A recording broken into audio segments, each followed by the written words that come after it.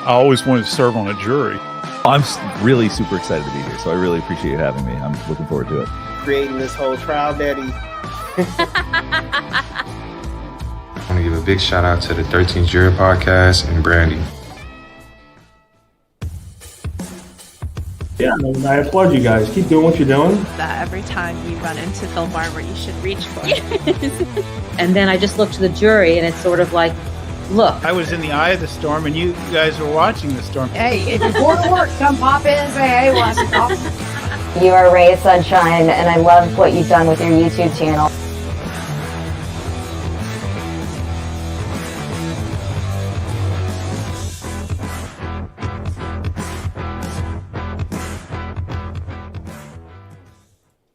Good morning. Good morning. Good morning. Happy Sunday. What is happening here? Happy Sunday. Bring the jury. Happy Sunday. I am glad to see y'all. Y'all were busy before we got started. Look how swollen my eyes are. This is what happens when you sleep 14 hours a day. You'd think that I would be like this, but it's good. It's good. I feel good.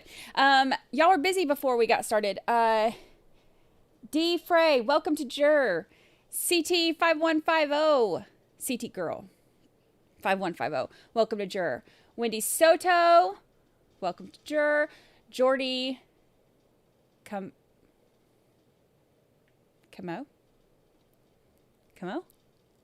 Maybe?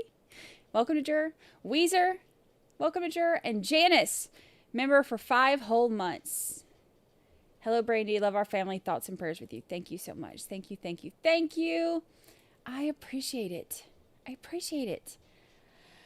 am glad to see y'all. Yesterday was good. Yesterday was so good, right? We, by the time I started getting really overly tired, it was time to end the day and lay down. I finished, y'all are going to think I'm crazy. I finished the book. Remember yesterday we were talking about the book that I was reading, All the Light We Cannot See. And I finished it yesterday and it was so good. So I was like, okay, well, I'm going to watch that Netflix series. So I did. I watched the Netflix series and I watched the first episode and I was like, it is so late. I got to go to bed. And I looked and it was like 6 o'clock. I was like, oh, it's not that late. Just felt late. So I finished the series too. The series was good. It was nothing like the book. The book is fantastic. The series was good. The book was incredible. So I recommend reading it. Linda Denton, welcome. Welcome to the Jury Box. You are on your 6th month now, Linda. 6 whole months. That's a long time. It's exciting. 6 whole months. 6 whole months. Chris Abias Jr. Chris Abias Jr. I like that. Welcome. Welcome all. I am glad to see y'all this morning. We have day 15 afternoon. About 2 hours of that. And then we have day 16 in the morning, about 2.5 hours of that, something like that. With us doing 1.25, we'll make it through faster. The name of the book is All the Light We Cannot See. Or All the Light You Cannot See. What is it? Is it you or we? I think it's you. All the Light You Cannot See. Or maybe it's we. I don't know. It's over there on my nightstand somewhere. It is so good. It is so good. It was an incredible book. It was incredible. I was talking to somebody yesterday on Twitter about this, or maybe it was this morning. I don't know. I've been sleeping so much it all runs together. But I was talking about some of my favorite books, and I have some favorites that are like life changing. Tommy Jones, member for 7 whole months. Hi, Brandi, mods, and friends. Happy to be here. I am happy to have you here. 7 whole months. 7 whole months. It's a long time, y'all. It is. It's a long time. Yes, the name is the same. The name is the same on Netflix as well. It's so good. I was talking to somebody on Netflix. No, no. You can tell I'm still waking up. I was talking to somebody on Twitter about books and stuff, and there are some that are just my absolute favorites. I give away books when I finish reading them, except for the ones that are like, oh my gosh, I can't think about parting with it. And some of them are like that. Glass Castle is one of them. It's a memoir about a woman writes it, and she's like, it's her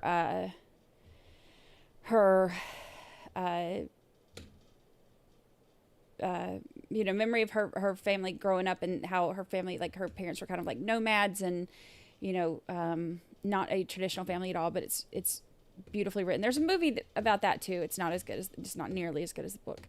And then The Paris Wife, about Ernest Hemingway, one of my favorites.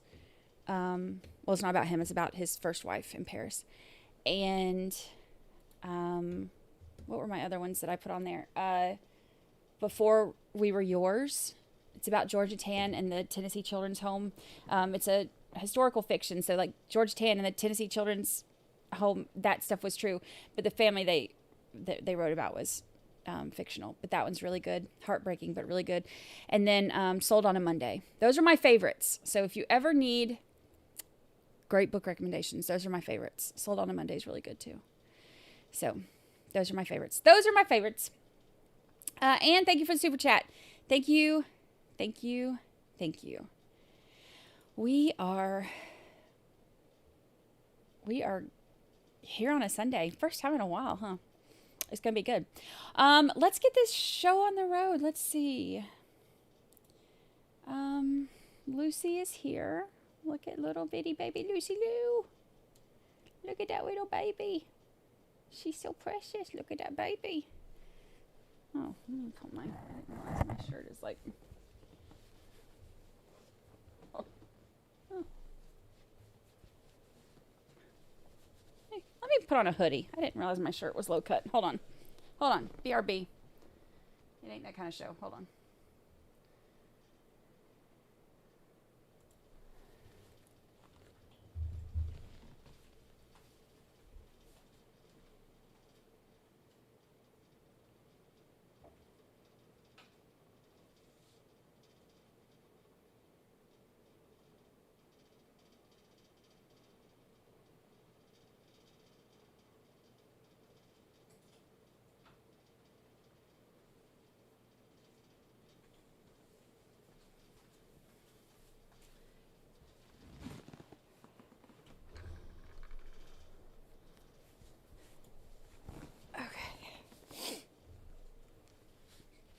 Okay.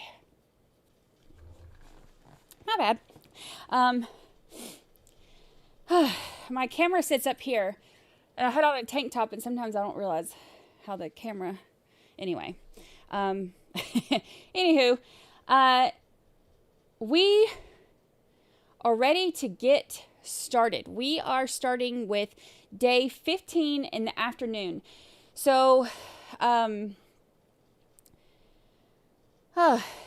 so when we left off, we had,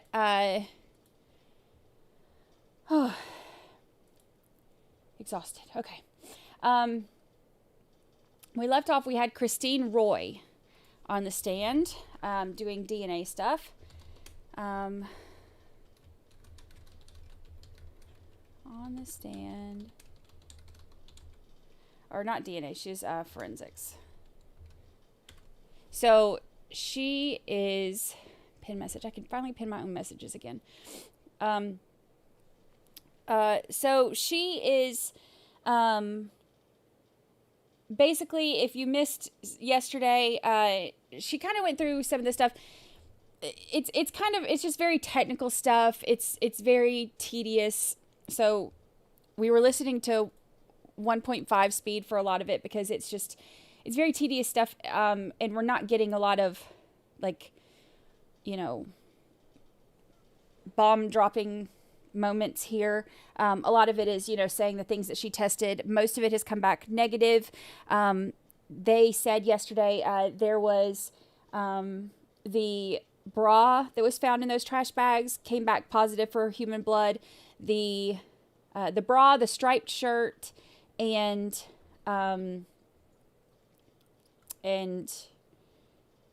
what was the other thing? Was it plastic or a bag or something? And then we also, they had the fingerprints guy, and Fotis's fingerprints were found on the tape and the bags that were pulled out of the trash cans. So that's kind of where we're at from yesterday. So let's...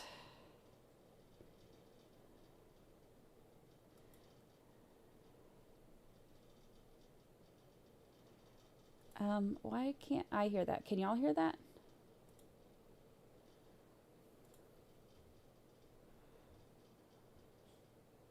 Stream track.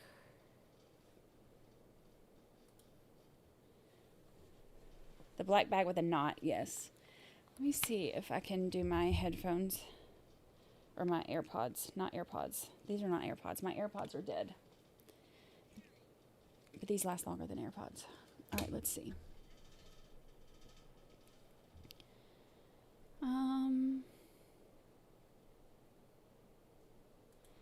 Why can't I hear that?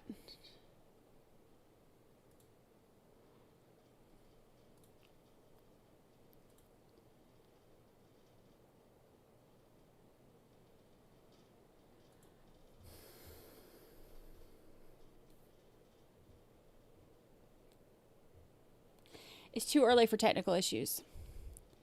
Let's see.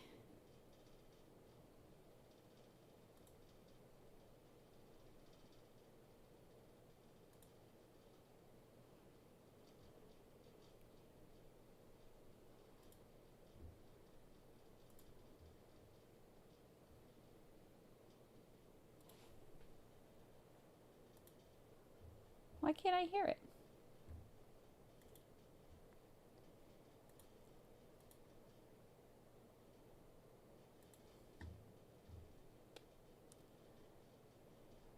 Desktop audio.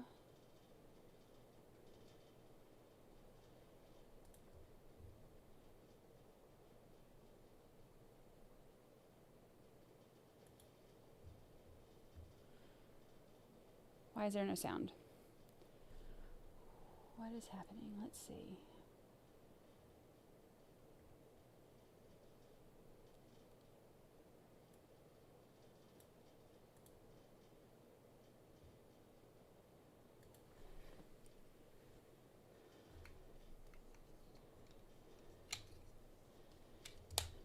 Gosh, I think we told the attorney maybe to sit down and be quiet one too many times.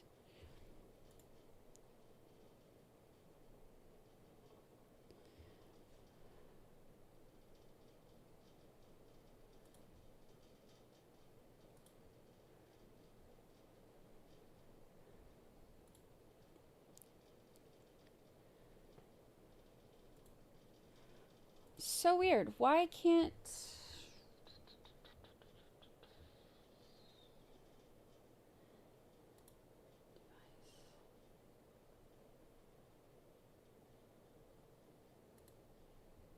Oh, wait.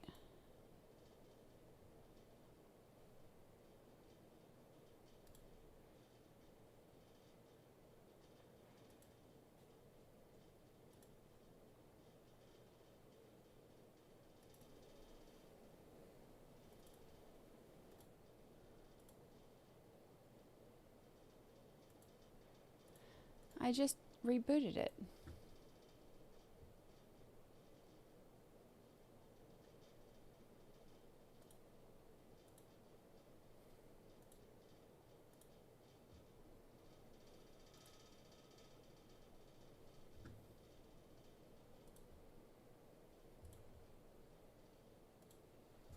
Hold on, let me see. Let's see.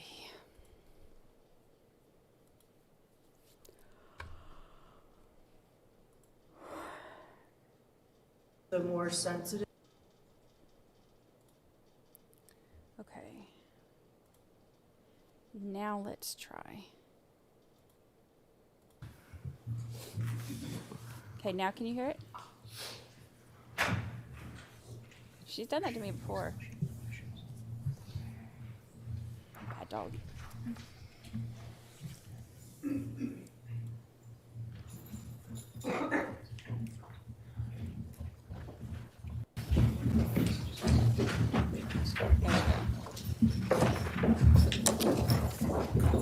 Look, Lucy's like, Counsel Davis, stipulate, please. Yes, Judge. Yes. don't be Thank blaming me.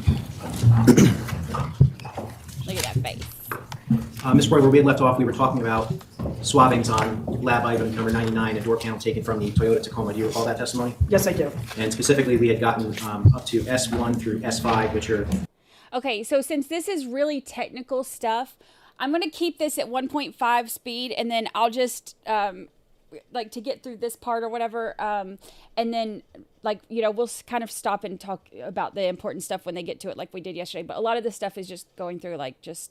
Depicted in the photograph, which is currently on the screen, is lab 99 paren door panel. Did you do screening tests for blood on those particular swabbings? Yes, I did. And what were the results? They all tested negative with the screening test for blood.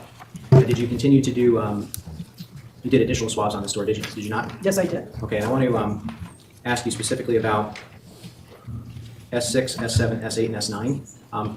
There are arrows on this photograph. Are those the general areas where you swabbed?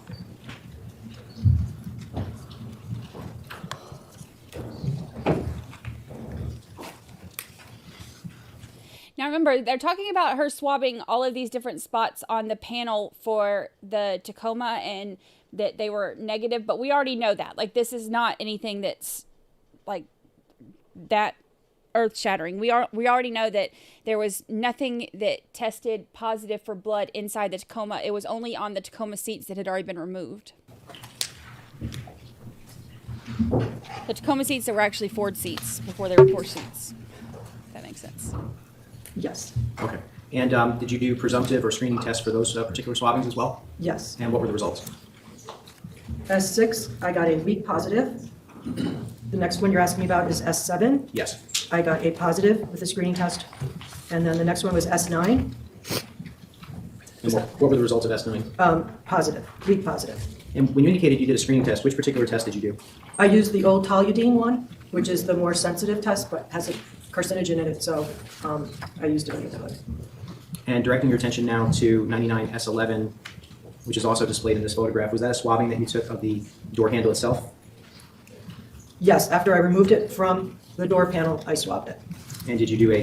The stuff that they were talking about with, like, the rust and all of that, because all of that stuff can show up positive too. So going through all of this is, again, I think, you know, the prosecution wants to show that, like, they were very thorough in how they tested it, because Shoehorn, that's not his real name. I keep calling him Shoehorn, Shoehorn or whatever, Shoehorn.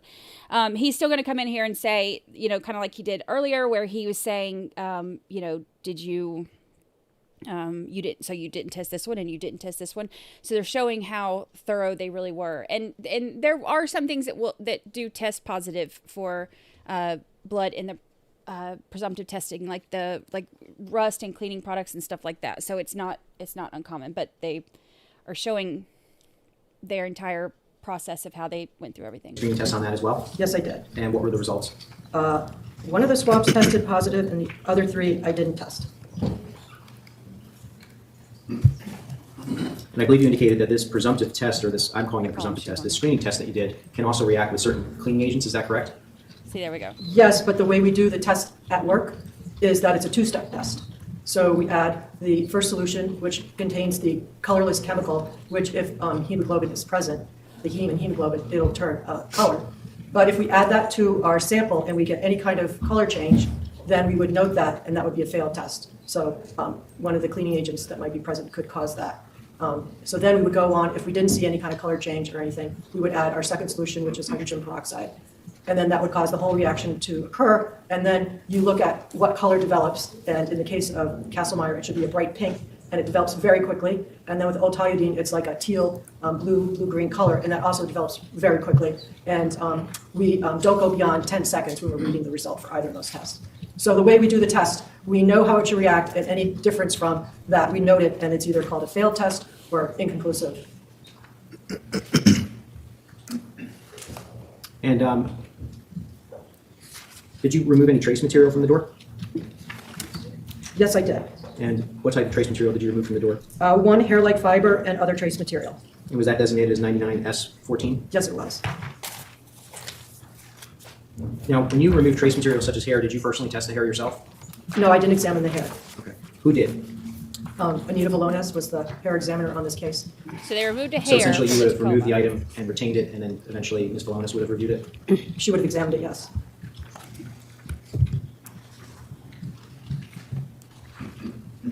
And directing your attention now to 99S15, what was that?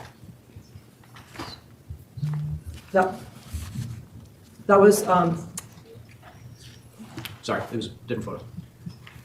99S15. that was swabbing of the fabric panel, not along the edge, but that around the other area that wasn't swabbed. And did you do a screening test for blood on that? Yes, I did. And what were the results? Very weak positive.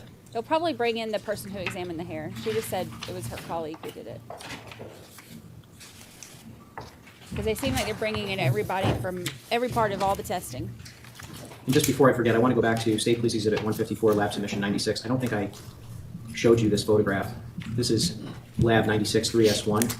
This was the FedEx envelope that was part of Submission 96. Is that correct? That's correct. And did you also swab this envelope for potential touch DNA? Yes, I did. What part of the envelope did you swab? The flap area, if you look in the upper right-hand corner, you can see that's the adhesive side of the flap area. And then I swabbed a little bit into the envelope opening in the interior. So it would have been that flap area and then a little bit into the envelope interior. And again, all of these swabbings were forwarded to DNA. Is that correct? Well, actually, strike that. Some of these swabbings were submitted to DNA. Is that correct? Most of my swabbings were submitted to DNA, yes.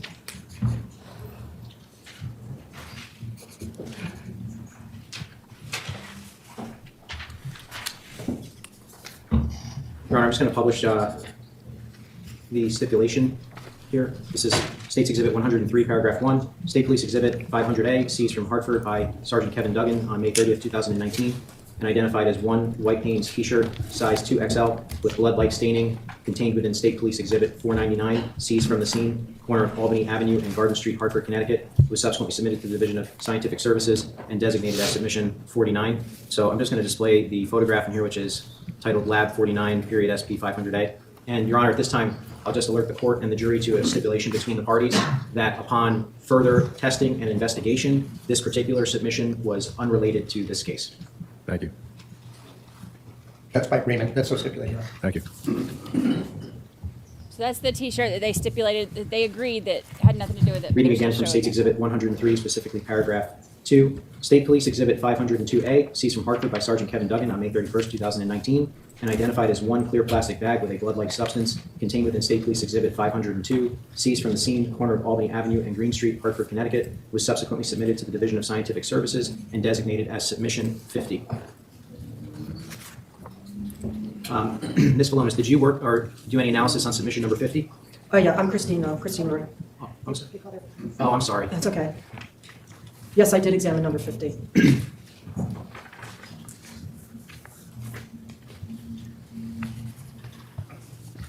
So I'm opening the folder entitled State Police Exhibit 502A, Lab Submission 50, and I'm going to display the photograph Lab 50, paren with paper added. Ms. Valonis, can you tell the jury? It's what Ms. we're Roy, looking at? Ms. Roy, counsel. Oh, my goodness, I'm sorry. I have Ms. Valonis on my mind. She's next. Ms. Roy, what are we looking at here? So this is the submission number 50, which had a poncho-like appearance. It had what looked like a neck opening and two arm openings, and then the bottom was open. What it didn't have was a hood, so that's why I would call it poncho-like. So I put the paper in to kind of, the white paper to kind of show where the armholes are and the neck opening is, and then where the bottom of the bag is. So that's what's in this picture. And then it also has reddish-brown staining that was at the bottom front. And I just tested a very small area with the chemical screening test for blood. It was positive. And then I forward this to Lady Prince. I'm just going to depict a photograph, Lab 50 paren as received. Is this another photograph of the poncho as the laboratory received it? Yes, And I believe you designated this as side A, is that correct? yes, You mentioned that this particular object did not have a hood, so you described it as poncho-like. yeah, poncho-like, because a poncho you would think of having a hood. And I'm displaying now photograph lab 50, period 1S1 and 50, 1S2, period SP502A. You indicated that you took swabbings of this particular object, is that correct? Correct. Now, these two pictures are post-latent print examination, which is why they're very blackish. Latent prints used a dusting powder or something to that effect to try to develop prints, is that right? Correct. Did you do your swabbings before or after latent prints? I did. I collected my samples after latent prints. And I see here that there are 2 swabbings designated, is that right? That's correct. And what particular areas did you swab? So this was down So these are the 2 ponchos that they talked about that they got side from B, the bags. which had that heavy reddish-brown staining, where I did a single KM test before it went to latent prints. So that's that area of the poncho, or sorry, poncho-like bag. And you used a Kastle-Meyer screening test on these 2 swabbings as well? Yes, I did. And the results were positive? Yes.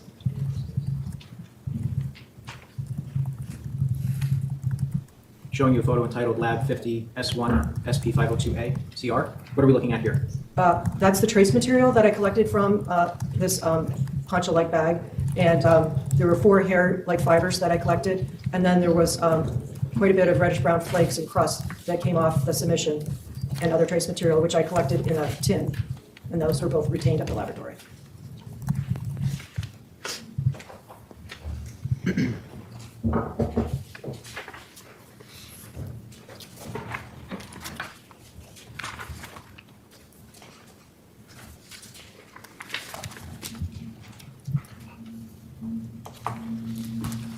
Published States Exhibit 103. This is paragraph 3. State Police Exhibit 502B, seized from Hartford by Sergeant Kevin Duggan on May 31st, 2019, and identified as 1 clear plastic bag with blood-like substance contained within State Police Exhibit 502, seized from the scene, corner of Albany Avenue and Green Street, Hartford, Connecticut, was subsequently submitted to the Division of Scientific Services and designated as Submission 51. And I'm going to That's something that I want to, like, the Queen Olive thing says, I want to know why there's 2 ponchos and 2 sets of gloves. Who helped him? That's one of the things that is interesting to me, too, because remember, these things were thrown out after they had been at the workhouse all day and driving back and forth and doing all of those things. And so to me, that shows that there was, you know, unless he wore one while it happened and then one while he was doing whatever else he was doing to her, it looks to me like there's 2 people involved. going to be opening the folder on States 109 entitled State Police Exhibit 502B, Lab Submission 51. Did you do an analysis of Lab Submission 51? Yes, I did. And what was that? It was a poncho, a clear plastic poncho. So submission number 50 you described as poncho-like, 51 you're describing as a poncho. What were the difference between the 2? The 51 had a hood. I'm going to display the photograph Lab 51 as received. Can you tell the jury what we're looking at here? So the top picture is how it came out of the submission packaging, and then the bottom picture is how it was. I laid it out on the lab bench with the brown paper underneath, and in that picture on the bottom, you can see where the hood is folded down, and there's 2 openings on either side for the arm, and then an opening along the bottom. And you can also see a heavy stained area over on the what would be the right side of when you were wearing the poncho. And can you describe the heavy stained area for the jury? It was blackish, brownish, reddish brown. Showing you now the photograph in that folder entitled Lab 51, back with white paper added. Can you just explain to the jury why you added white paper here?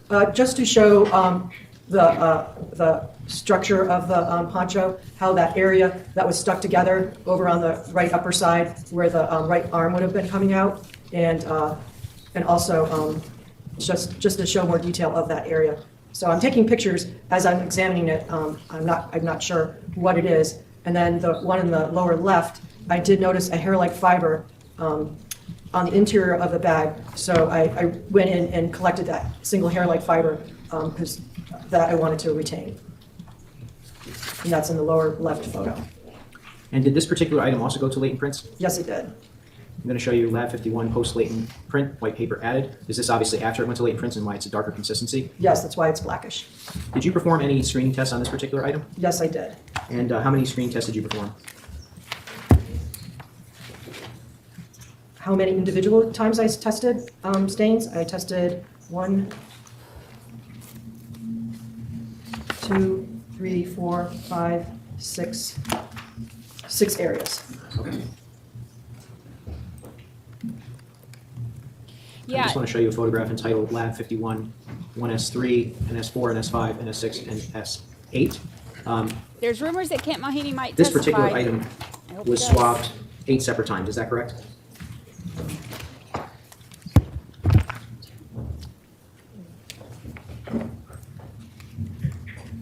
I took 8 samples from this poncho, but the first one I collected was trace. So there's actually 7 swabbings that I did from this poncho. Understood. And so I want to direct your attention now to swabbing 51, 1S3. That was of a reddish-brown stain exterior as received. Is that correct? Yes. And did you do any screening tests on that? Yes, that was the area that I tested on my initial examination. And then I went back after latent prints and collected it. And what were the results of the screening test? It was positive. And 51S4 was described by you as a reddish-brown stain at the front lower opening. Is that correct? Correct. And did you do a screening test for blood on that particular swabbing? Yes, I did. And what were the results? It was positive. 51, 1S5 was described by you as a swabbing of a reddish-brown stained hood top area. Did you do a screening test on that particular swabbing? Yes, I did. And what were the results? It was positive. And 51, 1S6 was a swabbing from the interior hood. That was just for touch DNA, is that correct? Yes, in this case, I collected it for possible wear, biological material that might be left behind, and I did not test those swabs. And when you say you didn't test the swabs, they were forwarded to DNA, they just weren't tested for screening test for blood, is that correct? That's correct. Now 51, 1S7 is not displayed in this particular photograph. I'm going to pull up a photograph entitled Lab 51, 1S6, and 51, 1S7. Todd. You described that as a reddish-brown staining interior front. Did you do a screening test on that? Yes, I did. And what were the results? It was positive. And just to jump back to the previous photo, which displays 51, 1S8. That was an additional swabbing that you did of the exterior of the hood, is that correct? Yes, it is. I'm just going to zoom in on that. And this was for touch DNA, is that right? That's correct. So no screening test was done on that particular swabbing. No, I didn't. And I'm just displaying a photograph entitled 51, 1S2Y. What are we looking at here?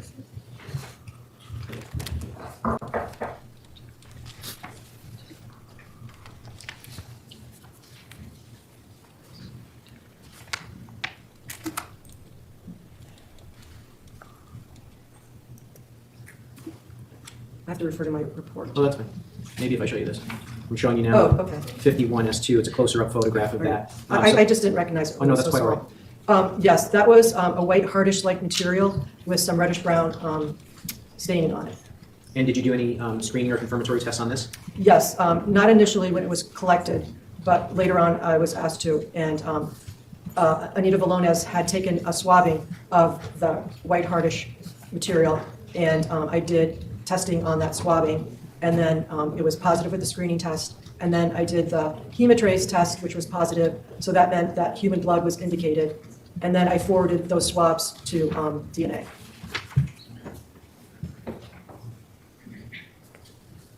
So in total, you did, in your analysis in this case, 3 confirmatory blood tests. Is that correct? In all of my analysis for the whole case? Confirmatory, yes. Yes. And that would have been on the, just to be clear, the bra, the shirt, and this particular item. Is that correct? Yes, the swabbing of the reddish brown. And all 3 came back positive for blood. Is that correct? Correct. So blood on. Just going to publish the stipulation, Your Honor, paragraph 7 from States Let's see how 103. much more we have until. State Police 502H, State Police Exhibit 502H, seized from Hartford by Sergeant Kevin Duggan on May 31st, 2019, and identified as 4 large white zip ties with blood-like substance contained within State Police Exhibit 502, seized from the scene, corner of Albany Avenue and Green Street, Hartford, Connecticut, was subsequently submitted to the Division of Scientific Services and designated as Submission 52. Did you do analysis on Submission number 52? Yes, I did. What was Submission number 52? It was 4 white zip ties.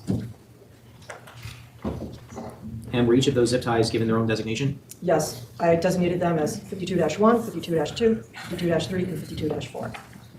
And within the State's Exhibit 109, specifically the folder marked State Police Exhibit 502H Lab Submission number 52, I'm displaying a photograph Lab 52 1S1 through 52 4S1. Can you just explain to the jury what we're looking at here? Oh, that's So so this sad. is after the LP examination, so they do look blackish. So it shows on the 52-1 and 52-2, as they were received, they were cut.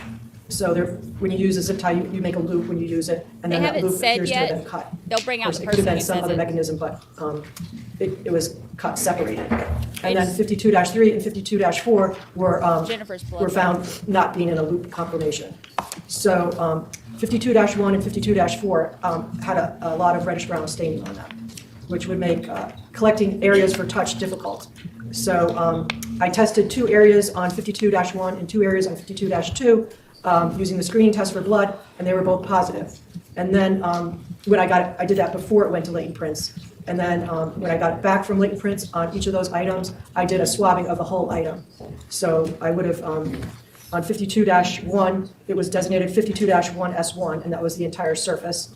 And then 52-2, again, I tested 2 areas on the textured side, so not to interfere with anything on latent prints. And then after I got it back from latent prints, I swabbed the entire surface, and that was 52-2S1.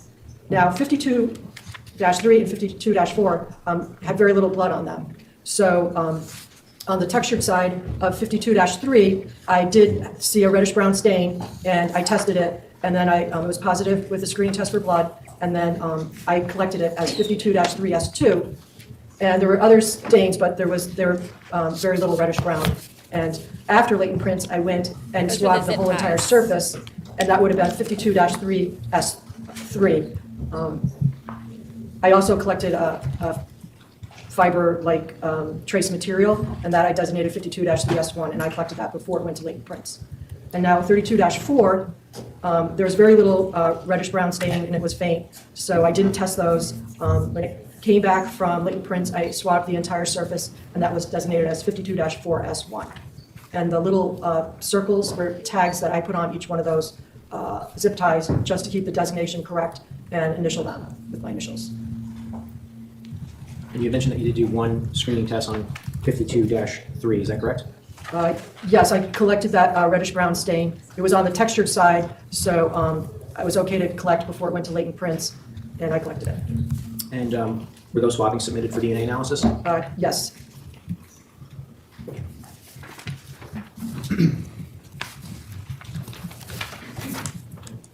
I think Kent is going to testify. I think he's taking a deal and he's going to testify in this trial. I'm going to publish the stipulation. Reading from States 103, paragraph 8. State Police Exhibit 502I, seized from Hartford by Sergeant Kevin Duggan on May 31st, 2019, and identified as 1 white standard textile towel with blood-like substance contained within State Police Exhibit 502, seized from the scene, corner of Albany Avenue and Green Street, Hartford, Connecticut, was subsequently submitted to the Division of Scientific Services and designated as Submission 53. You also worked on Submission 53, is that correct? Yes, that's correct. Can you describe Submission 53 for the jury? It's a white towel, bath-type towel. So I'm just going to project a photo entitled Lab 53S1. Well, actually, before I get there. This is Lab 53S1 and 53S2. Could you just indicate to the jury what we're looking at here? That's the 2 sides of the towel. You can see the reddish-brown stains and the light reddish-brown stains, and there's also some blackish stains. And did you take swabbings of this towel, or did you actually cut a piece of the towel, or both? I took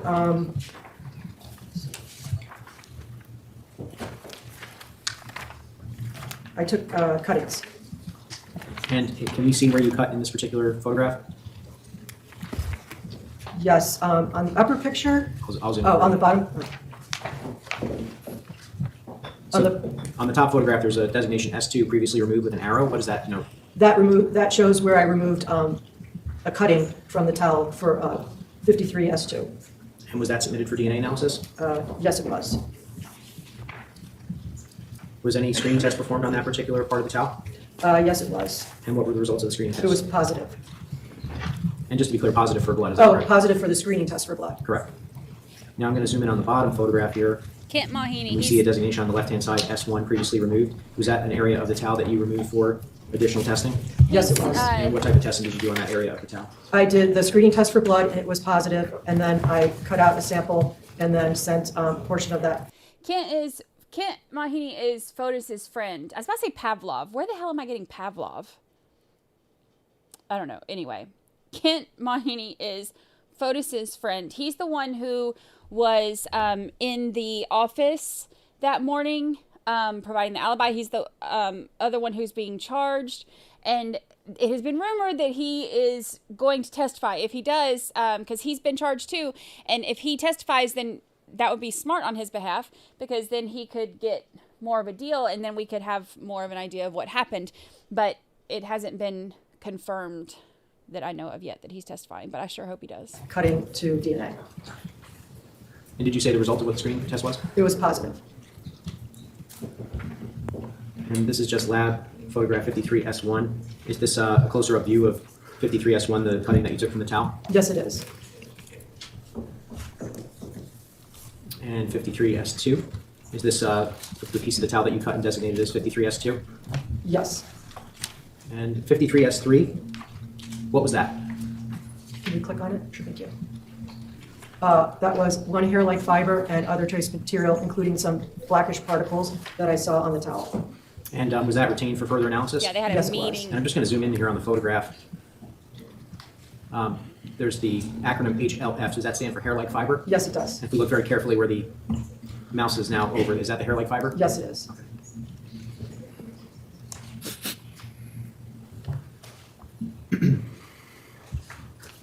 Publishing paragraph 10 of States 103. State Police 502K, seized from Hartford by Sergeant Kevin Duggan on May 31st, 2019, and identified as 4 pieces of black plastic garbage bag with black duct tape attached to 2 pieces contained within State Police Exhibit 502, seized from the scene, corner of Albany Avenue and Green Street, Hartford, Connecticut, was subsequently submitted to the Division of Scientific Services and designated as Submission 88. Did you do analysis of Submission 88? Yes, I did. Okay. I don't know why I wanted to say Pavlov. Now, Submission 88 was actually given True crime range 3 said it's not separate psychological designations, background. correct? 88.1, 88.2, and 88.3. That's On correct. that. And 88.1, as I understand it, was actually 2 bags which were taped together. Is that correct? That's correct. So the towel came back with positive for So I'm displaying Blood a photo screening entitled Lab too. 88.1, which is in States 109, the folder indicating State Police Exhibit 502K, Lab Submission 88. Is this item 88-1? Yes, it is. Okay. Where would the tape have been in this particular photograph? Or where would it be located on the bags, I guess? Where the 2 grayish marker arrows are. So you're indicating that the photograph displays 2 separate arrows, one pointing to the bottom of the photo and one pointing up, and the tape would have been somewhere in that area? Yes, there was multiple pieces of tape in that area, whereas the arrow pointing down was 1 piece of tape. And did you do swabbings of this particular exhibit? Yes, I did. Displaying a photograph entitled Lab 88-1S1. Is this the first swabbing that you took? Yes, I took a swabbing of the exterior of the single piece of tape. I'm sorry, the non-adhesive side. Would that have been before the prints removed it, obviously? Yes, And did you do any presumptive tests on that, or just for touch DNA? I just collected it for touch, and I didn't do any screening tests for it. And then Lab 88-1S2. What are we seeing here? That was where there was a tangle of black tape, and I swabbed the non-adhesive side of the areas that were exposed of that tape, that tangle of tape. And again, for touch DNA? Yes, And then Lab 88-1S3. What area was swabbed here? that was a reddish-brown stain on the. There was one of the bags was damaged, and the other bag was not damaged. So that's how I designated the 2 bags: the damaged bag and the non-damaged bag. So 88-1S3 was a reddish-brown stain on the exterior of the non-damaged bag adjacent to the black tape. And did you do any screening tests for blood on that particular swabbing? Yes, I did. And what were the results? It was positive for the screening test. Showing you photograph Lab 88-1S4. What was that a swabbing of? That was the damaged bag, the interior lower corner, both sides. Now, I will back up and tell you that the damaged bag is received inside out. And that's assuming that the manufacturer's printed information is printed on the exterior. And the non-damaged bag was received outside out. Again, that's assuming that the manufacturer's information got printed on the exterior of the bag. And was 88-1S4 a swabbing of a reddish-brown area? Yes. And did you do any screening tests for blood? Yes. And what were the results? It was positive for the screening test for blood. 88-1S6, that was a swabbing from the exterior opening of the non-damaged plastic bag, is that correct? Yes, this was collected post latent print examination. And on this particular photograph, Lab 88, period 1S6, the top photograph, actually the bottom as well, have sort of a grayish circular marker. Is that the area that was swabbed for 88 1S6? Yes, it was. So the pictures are the two sides of the bag. And then 88 1S7, that was a swabbing from the exterior opening of the damaged bag. Is that correct? Correct. And you also swabbed that for DNA? Yes, both sides of the bag. No screening test done on 88 1S6 or 1S7, is that correct? That's correct. And is that because there was no reddish blood substance that was being swabbed in that particular area? No, it was because I was collecting them for touch.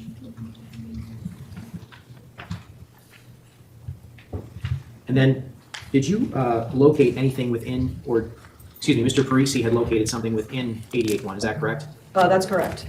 All right, so I'm going to pull up a photograph entitled Lab 88.1. Sue, can you tell the jury what we're looking at here? One folded lengthwise black plastic garbage bag.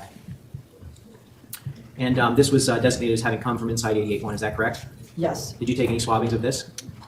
There was a stain, brownish stain, and I tested that with a screening test for blood. It was positive, and then I collected it as 88-1-2S1. And I'm displaying Lab 88.1.2S1. Is that what we're looking at here?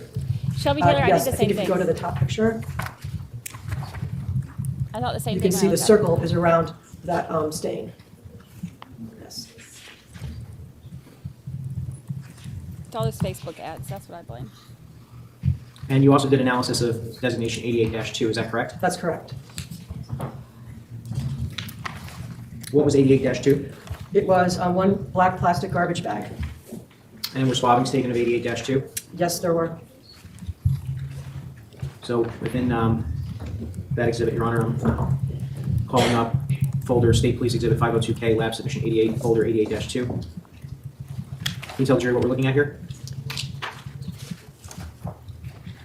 So both of those pictures are the exterior of the garbage bag, and they're the same side of the garbage bag because there's quite a bit of testing and drawing, so I have two pictures, two photos. And I want to direct your attention now to the swabbings that you took, specifically 88-2S1. That was a swabbing of a latent print partially outlined exterior. Is that correct? Correct. And that's because Mr. Parisi had actually done some analysis of this for fingerprints, correct? Already? Yes. And so you tried to swab the fingerprint to see if you could get some type of DNA or blood? Yes. And did you do a screening test for blood on the fingerprint? Yes, I did. And it came back negative, is that right? That's correct. All right. 88-2S2, which is the second swab that you took, that was of a reddish-brown stain on the exterior of the bag, correct? Yes. All right, I'm just going to try to zoom in. Did you do a screening test of S2 here? Yes, I did. And the results were positive, is that right? That's correct. And S3, which is seen in the upper left corner of the lower photograph, you did a swabbing in that area and did a screening test for blood as well, correct? Yes, I did. And the results were positive? Yes. And then S4 is, I guess, in the top third of the bag in the center, where my mouse is. That was of a brownish stain on the exterior, correct? Yes. And did you do a screening test of that? Yes, it was positive.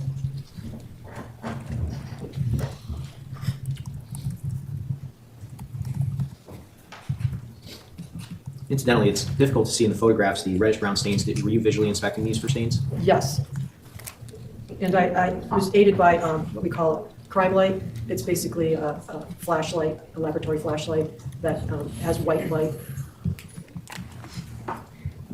88-2S5, was that of a reddish-brown stain from the bag's exterior? Yes. And did you do a screening test for blood for that? Yes. And what were the results? It was positive.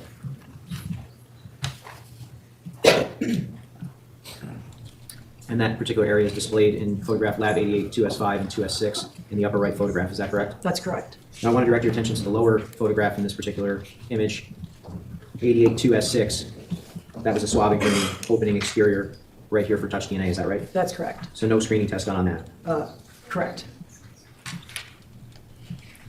And then 88-2S7 was a swabbing that you took of the reddish-brown stain on the interior of the bag, is that correct? Yes. And did you do any screening tests on that? Yes. And what were the results? Positive. And then 88-2S8.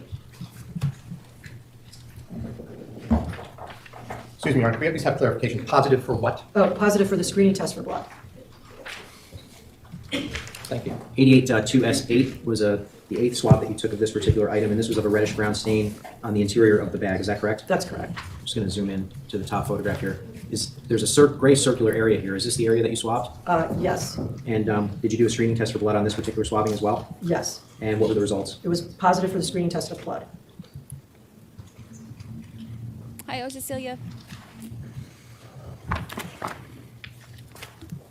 And you also worked on submission designation 88-3. Is that correct? I don't know, Todd. I wish that they would just lump all those together Was that, and no, say, that was Velonis? like in a list, like we tested these, all of these things, and they came Yes, back negative. Anita Valonis examined the knotted plastic bag.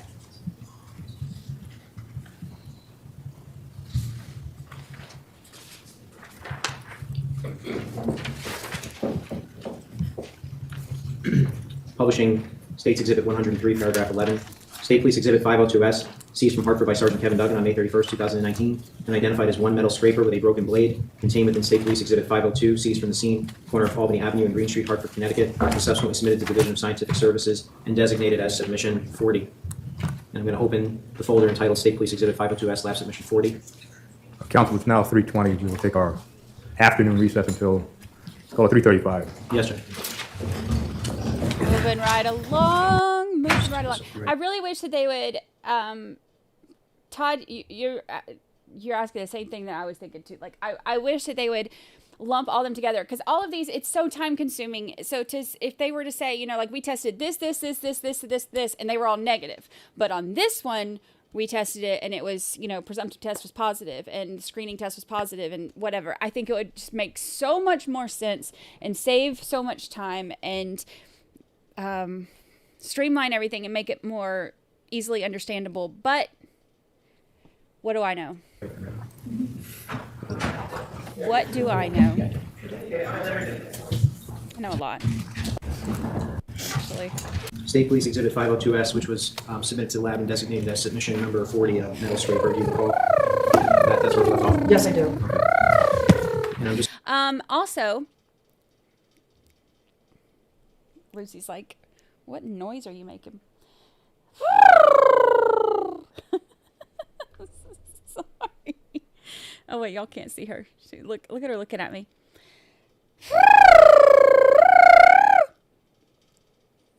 She's like, what the hell? Sorry, Woos. Okay. No ADD medication for me today, you can tell. Reverend B. Where'd that go? Where'd it go? Reverend Beasley, member for 2 whole months. Happy anniversary. Happy anniversary. I made everybody's dogs just go nuts. I was just waking up everybody's dogs. Better than the squeaky toys. When I mess with her squeaky toys, all the dogs go crazy. What about the screaming goat? Dogs go crazy for the screaming goat too. My bad. It was me. Sorry. Sorry. Everybody's animals go crazy. Sorry, my bad. I was trying to wake myself up, and instead of I woke up everybody's animals. So the confirmatory blood testing was done on 3 items. The striped, because she went through all of these screenings, like all the screening tests. But the confirmatory blood testing was done on 3 items. The stained shirt that was the striped shirt that they said that they believed Jennifer was wearing and that was cut down the middle. The bra they believed Jennifer was wearing. And what was it? The like plastic looking, what was the white plastic thing? Those were the 3 things that were done. That they did the confirmatory testing on. Out of all those, Amy Lee, member for 3 whole months. Great to see you on a weekend, Brandi. It's great to see you too. just going to display a photograph, Lab 40S1 and 40S2 for the jury. Just directing your attention specifically to the top photograph. Can you just let the jury know what we're looking at here? That's one side of the glass scraper, and it shows one area that I tested. There was like an orange orangish reddish, I think I described it as orange reddish rust-like stain, and it was KM negative. And then I did not see any blood-like stains. And so I did 2 swabbings of this tool. The first one was the blade holder area and the partial blade, which was 40S1. I swabbed that for touch. And then both sides. And then the second swabbing I did was 40S2, and that was what I called the tool part, where your hand would go, and both sides. And that was, again, designated as 40S2, and that was also for touch. And again, those swabbings were submitted to DNA, is that correct? That's correct. And then I did just want to go back briefly to one folder, specifically State Police Exhibit 502K, Lab Submission 88, and the folder entitled 88.3. You did not examine 88.3, which was a black plastic bag, but you did examine some contents that were found inside of it, is that correct? Yes. So I'm just going to begin by showing you a photo entitled Lab 88.3.1S1. Can you just let the jury know what we're looking at here? So that is one piece of cardboard located inside bag. And did you do any analysis of this? I didn't see any blood-like stains, so I just swabbed it for touch, both sides, and I designated that swabbing as S1. And the photo, that's the white paper with a little bit of darkish flecks, that was found on the examination paper after I swabbed the cardboard, and then I just packaged that up and put it back into the item envelope packaging that 88-3-1 was in. And then photograph 88.3.2S1. Again, that's a piece of paper that was located on the outside of 88-3, and that there was no blood-like stains, and I swabbed both sides for touch, and that was designated 88-3-2S1. And both of those particular items, 88.3.1 and 88.3.2, were found by Mr. Parisi in latent prints, is that correct? That's correct. I think he dismembered her, honestly.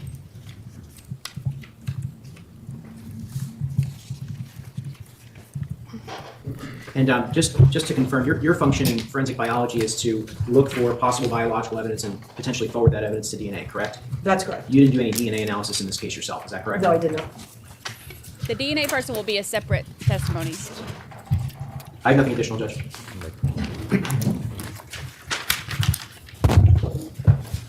And the other things, like, you know, the other things that she was talking about being positive, those were all the screening tests.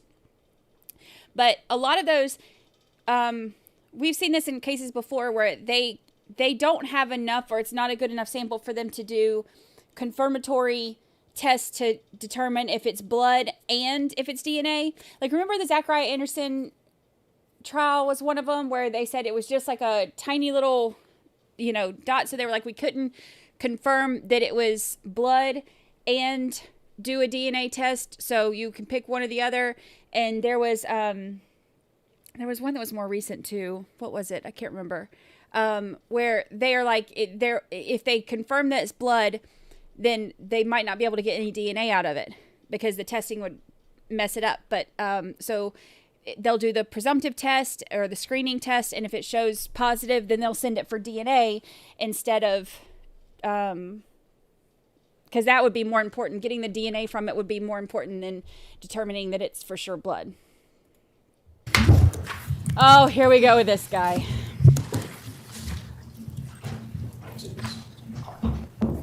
Your Honor, I'm offering Defense Exhibit R, which are some of the laboratory notes and documents from this witness as a full exhibit. I understand there's no objection. I have no objection. Defense are admitted as well.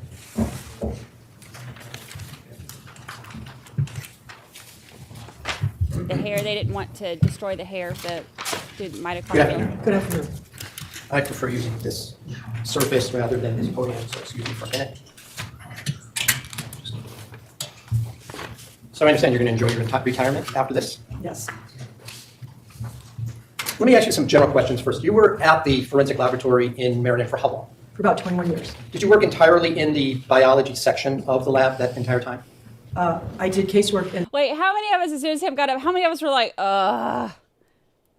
the forensic biology section the entire time. But at different times, my focus of most of my work was in DNA. So about 50-50 split of my time when I was first hired, and then it was mostly DNA. And then at some point before 2015, I was asked to help out with backlog in forensic biology, and then I requested to remain in forensic biology. Well, I'm not going to ask you, you didn't do any of the DNA work in this case, correct? That's correct. But you, as having worked in the DNA lab for so long, knew what was important to try to obtain samples so that when it went to DNA, they could do whatever they had to do to make enough of a sample for them to extract a DNA profile, correct? Correct. I'm not competent in the current DNA testing that they do. So after 2015, there was some training that I would have had to go through with some new methods, and I decided at that point that I was just going to stay in forensic biology. Well, trust me, I'm not going to quiz you on any of that. So I'm going to ask more basic questions. So when things do go to DNA, they'd have different testing for different items, correct? I'm not. They have different extraction methods. Yes. So you had mentioned earlier there were some hairs that were extracted from some of the items that you examined, correct? There was hair-like fibers collected from some of the submissions I examined. Yes. I thought there was also a picture of a human-like hair that you were shown an image of. Were you not? That's not me. Oh, that was it was in the picture. So was that your It colleague? said hair-like fiber. I don't know if it's a human hair. I don't even know if it's a hair at that point. Okay, so you have to physically observe everything that you're looking at, right? Yes. Do you use any kind of enhancements such as magnifying glasses or microscopes or anything like that in your line of work? Yes, if I'm doing a hair assessment, then I use a microscope. But if I'm just collecting trace, I don't. Okay. All right. So when you become involved in any case, the items are sent to you to be examined, correct? Yes, that's my role in forensic biology. But this isn't like a controlled experiment where you don't know anything about the case, am I right? That's correct. You actually meet with the with detectives and police and maybe prosecutors, don't you? Sometimes along the way, probably not initially. I might have a phone call conversation, but we do get information that comes along when evidence is submitted. In any event, this is evidence, or rather facts or investigation facts that aren't necessary for you to do your work, correct? Well, I think if I'm going to examine something for a sexual assault, I should know that because then my focus will also be to look at if there's blood, but I'm not so necessarily going to be testing a blood stain or sending it for DNA testing if it's in the underwear. I'm more interested in if I find a semen stain. So I do need some information to go forward in how I'm going to go about examining the evidence. Fair enough. Do you need to know where an item has been recovered for you to do your work? Yes. Okay. So I'm going to turn to Exhibit R and I'm going to ask if we could turn on the screen and look at, for my purposes, I have some of your, before we do that, let me just say, you prepared extensive notes from the laboratory on this case, correct? Yes. More than 100 pages easily, right? Yes. And in fact, just in front of you, just for your own edification, you have 2 large 3-ring notebooks, just so that if you had to refer to your notes, you have that there in front of you so you could refresh your recollection, right? Yes, I mean, they're in plastic sleeve protectors, which adds some volume. But yes, I looked at a lot of submissions in this case. My point being, you can't remember from one case to another, especially years later, exactly what you did just based on a number or a letter or an item that's been identified, correct? That's correct. Okay. And I take it after this case, you had many other cases that you had to work on. Yes, fair? this was in 2019. I didn't retire until the end of 2022. So I had, another 2.5 years of, 3.5 years of casework to do. Now, keep on, that was during the COVID pandemic, and I guess the work dropped down a little during that time. Am I correct or no? Okay, thank you. The COVID pandemic didn't really affect us until 2020. Okay. Yes. Fair enough. I think the same time it affected other people, that March date. The lab didn't close, but that's when, society changed quite a bit. You're already in your job wearing protective gear, so I assume that came to you as second nature to have to do that during the pandemic, right? Cleaning, yes. Okay. So if I could ask that you could call up on Exhibit R, number 64, please. Hi, big girl. Could you zoom out a bit on that, please, so I have the whole document? So this is a page from your notes, correct? That's correct. If we look up in the upper right-hand corner, those are your initials and the date that you wrote this, correct? Well, that's the date that I started this sheet. I added more information on September of 2019, and then I added more information in February, which should have been, it says 19, but it should have been 2020. Right. I'm only putting this up to show that this is the kind of material that you put in your reports, correct? That goes in my case jacket, not in my report. Fair enough. But it's part of the case file that's kept with the department even after you retire, correct? That's correct. Right.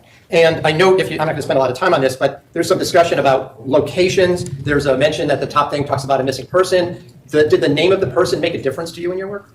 No. The fact that there were homes, garages, Range Rovers, et cetera, did that matter to your work? It mattered that things were collected from different scenes. Okay. And so, for example, it talks about a Suburban being found at a park is the next line. Below that, garbage from Hartford. There's a mention of a Tacoma Toyota and the name of an employee, or at least a mention of an employee of Mr. Dulos. Do you see all that? Yes. Are these things that were told to you by law enforcement? Yes, or it was information in some of the paperwork associated with the evidence. Okay, so now I'm going to ask you to look at 145 within my exhibit. Now, this is a list of some messages that you received. And again, there's many in this jacket, isn't there, in the whole file? Yes, because I had questions as I went and examined evidence. So it does mention, for example, that you spoke directly with the detective Matthew Riley, is that right? That's correct. And you documented all your communications with the law enforcement people, correct? I would think I did. Now, if someone called me and said, "Where are you on this case?" and I just said, "Well, I'm still examining the evidence," I don't know if I would have documented that. All right, but if it was important enough, maybe Yes. you were shared information or you provided information, you would document it, right? Yes. In fact, even if a defense lawyer like me were to call you, you would document that somewhere, right? Correct. Now, there were a lot of items that were being submitted to you during the course of 2019 in this case, correct? That's correct. Were you under any kind of pressure to get it out faster than you would normally get it out in an average case? Not faster, but that it should be your focus of your work.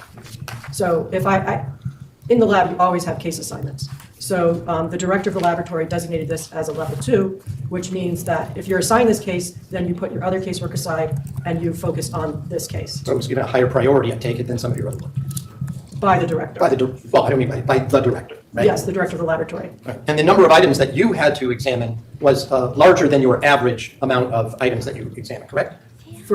Yes, I would say this, it's not the only big case that I ever did, but this is one of the bigger ones, yes. So I want to ask you to just explain some of the terms that were mentioned during your testimony on direct examination. You talked about touch DNA a few times, right? There are different kinds of examinations that you perform when you're sending something out to the DNA people after you've had the file. Is that correct? After you've had the item that you're examining. Yes, I'm not sure what you mean by after I've had it, or I'm collecting samples while I'm examining it. But you're making some initial determination of whether it's going to be blood or touch evidence, correct? Well, it depends on what I'm collecting, the reason I'm collecting that sample. Yes, so I touch or a reddish brown stain. Now, sometimes when I'm collecting touch, as I explained, example would be the zip ties, I did do some initial testing, which told me that there were some positive screening tests for blood, but because the thing itself was pretty well stained, I collected the whole thing and I just called it touch. But I also knew that within that sample, I had tested screening tests for blood. Right. So let me ask you what I was going to get to that, but let's do it right now. The screening test is, as you said, it was either Kastle-Meyer or an OT test. I can't remember what that one was called. That's correct, right? That's correct. And a screening test by definition is simply that it's screening out certain materials so that it might be evidence of blood, correct? Correct. But as a scientist, if you weren't finished, I didn't want to interrupt you. As we report it, it indicates the presence of blood. Okay. And indicate means that it's something that you would then either test for further or assume it's blood and move on from there, correct? No. You wouldn't be able to come into a court and testify that after a KM test that the item you tested did in fact contain human blood, could you? I couldn't say that. If the test was positive, I can't even say for sure that it's blood, let alone human blood. That would require a confirmatory test. Okay, and as I understand the testimony, there were only 3 times of all these items that you examined where you did a confirmatory test, correct? That's correct. Was that because there was a money shortage or a time shortage? Is there a reason why you didn't do any other confirmatory tests? Because I didn't want to consume any of the sample for that test, given that the fact that I was forwarding them to DNA, and I knew the information that they could possibly get from DNA would be a lot more individualizing. So, as I understand your answer, if you tested with a confirmation test, so you would be able to say, yes, that was human blood, using I think it's the RSID or the hematrace test? The hematrace, you can say, it indicates the presence of human blood. With the RSID test, you can say human blood is identified. All right, and then you would have been able to say, yes, I found a particular stain was human blood, right? If it were tested positive using the RSID test, correct? That's correct. Then I could confirm, that's why it's called a confirmatory test, that it's human blood. If you had tested more of these samples, was it a concern that you might actually consume the entire sample by testing it, and then there would be nothing to send on to DNA? My concern was that if I consumed some of it to do these tests, that I might be in some way having a negative effect on the possible DNA result. Okay. Well, let me ask. I'm not sure I understand that answer, so let me see if I understand it. by having a negative effect, it means it makes the sample even smaller, which would make it more difficult for them to obtain a profile. Is that at least part of your concern? They may be able to get a profile, but you don't know if it's a single source or a mixture, so maybe the interpretation would be affected by sending them less sample. All right, and even back in the day when you worked in DNA, you had to do something called electrophoresis to kind of sort of tease out a DNA sample, correct? Isn't that something that even back when you were in the lab, in the DNA lab, you had to do? Well, there's a lot of steps before that, course. and there's a lot of steps after that, but that's the part that the instrumentation works on to separate the amplified fragments of DNA. All right, and again, I'm trying to make this simpler for everybody, but what you're saying is if there are possibly multiple sources mixed in a sample, whether it's skin or any other substance, it's harder to tell the difference if there's a smaller sample. Isn't that No, that's not, I'm saying individuals, a mixture as in individuals, not a mixture as in where the DNA is coming from. Oh, no, I didn't mean, I meant mixture of how many people and who they are. Yes, but you just said blood or skin or something. Oh. Well, isn't it the same, whatever they're testing in the DNA, unless it's hair, they do it the same way? Then I don't understand what you were talking about. All right, maybe I don't either, so I'll move on. Okay, I could say what I was trying to say, which Okay. was, if you have a mixture of people in a sample, which I don't know when I'm collecting or passing on a swab, Sure. if I use some of that for a test, which in my opinion gives less information than a DNA testing does, and I've diminished the amount that's going forward or reduced it, and that may affect the interpretation of a DNA profile that's a mixture of multiple people or just two people, then that is the reason why I'm not doing a test that would say, yes, it's human blood, or it indicates the presence of human blood. And just so I can move on from that. So what are you saying that by testing it for a confirmatory test, you're diminishing the amount of whatever the item is, which makes it more difficult to make the determination of the number or the individuals in DNA? Is that a fair way to put it? I'm saying that I don't know if it will, but I don't want to reduce the amount that's going forward, because I don't know what that result is down the line. So a lot of these swabs, I just going by the color of them, grayish, brownish, reddish brown. So I'm going to forward them where they will get the most information out of those swabs. Right. Let me ask you then some questions about the procedure. So you have something that you used and used at the time called a blood and touch evidence examination worksheet for each of the items, correct? That you tested. Yes. Okay. So we're not going to go into the 100 or whatever number we just went through, but I'm going to go through a few of them, and maybe you can explain the form to me as we go through it. Could you please pull up document 54, please? Do you see this document in front of you? Yes, I do. Is this your handwriting? Yes, it is. So this is it begins with the laboratory case up at the top, am I right? Yes.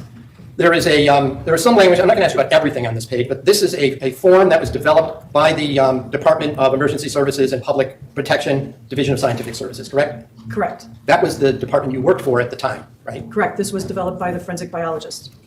Someone before. The supervisors in the forensic biologist unit developed this form. And everyone who works in that division has to fill out this form when they're working on an item that's been given to them, correct? Well, we have a lot of forms, depends on the situation.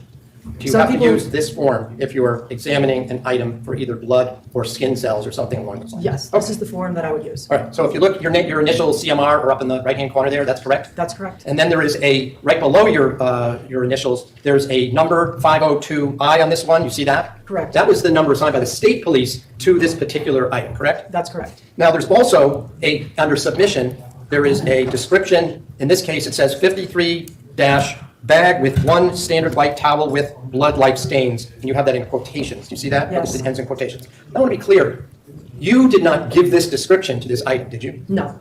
This is the title that was given to this item by whichever investigative agency gathered it and submitted it to, correct? That's correct. In order for you to remain consistent, you use their terminology, correct? Yes, that's why it's in quotes. Whether it's accurate or not, you just use their terminology, right? That's correct. So, for example, if they said that it was a ketchup-like stain, you would have written that, right? Yes. Okay. There's some discussion here, and the contents, this is below where it says this is your description of what you observe when you open up the package. Is that fair to say? Yes. And then I'm going to just ask you now about the chart that we see here. So there is on the left a little number sign and then the number 53. You see that? Yes. Now, 53, if we went through the stipulation, would be the number that the laboratory assigned to at least this sample from 502I. Is that a fair statement? Yes, that's true. And then you talk about where something was either swabbed or examined, right? That's in this next column over. The next column over shows collection location, so that would be the where. Where? Okay. Now, what about the swabbing quantity? What does that mean? That means if I, let's see, if I had swabbed that stain, then I would have put the number. If I was collecting for touch or something, so I was creating the swabs, that swab number would go under swabbing quantity. All right. And if it says R/B, what does that mean? Reddish brown? Reddish brown, okay. So these are your terminology, correct, on this? That's right. And the bottom ones, for example, says pinkish. You observed something that looked pink or pinkish, right? Correct. And you indicated the collection location is, you've described that, so I'm not going to go into it here, but where on an item you either examined or took a swab or cut a piece, whatever you did, this is where it would be, correct? Correct. Now, let me ask you about the next column. It has KM/OT. You see that? Correct. We're talking about right here. This is where you did the screening test, right? Correct. And as you indicated, you did some of these KM tests yourself. Yes. Some of them were done by the police, but you would put that in quotes on the document KM plus or KM minus, right? Correct. If you did it, the purpose here is, again, it's just a screening test to determine whether it needs some further exam, correct? Correct. If it is, like, if we look in the third one down, for example, Yes. this one, right? In that column, in that column, it says NT, you see that? Correct. And NC, and they're both circled. NT means not tested, correct? Correct. And what does NC mean? Not collected. So whatever that was observed in that one, nope, you did not collect it. You left it on the towel, or in this case, whatever this, yeah, on the towel itself, right? That's correct. And then there are other words, I just wanted to be clear for the jury. If it says in that box, there's a POS, that would mean positive, correct? Yes. INC would be inconclusive. Correct. And NEG would mean, I think, negative, right? Correct. And then down below in the same box, there's an NA, that means not applicable. That's correct. And it would be not applicable if it was the kind of thing you couldn't collect off of whatever the item was. Is that a fair way to look at that term? No, that would be for something that I collected for, say, touch and not applicable. Meaning, maybe you could explain that. If you were going to collect it for touch, we use terms like touch DNA. We're really talking about skin cells when you use that term, right? Well, we're talking about any biological material that might be deposited there. Yes, when you touch somebody, something, you leave epithelial skin cells behind. So yes, that is one source of the biological material that's there. Sure. And when you say some, you started to say somebody, it can also be transferred by touching a person too, right? Yes, Or if somebody rubbed my shoulder here, then it may be possible to detect their DNA if I swab that. Sure, but we're just using the word touch as a shorthand for transfer of the epidural cells, right? Yes, or I like to use the general term biological material. Fair enough. And you did indicate that KM does test positive for other, not just you said human, animal blood, but for other kinds of even plants. Isn't that right?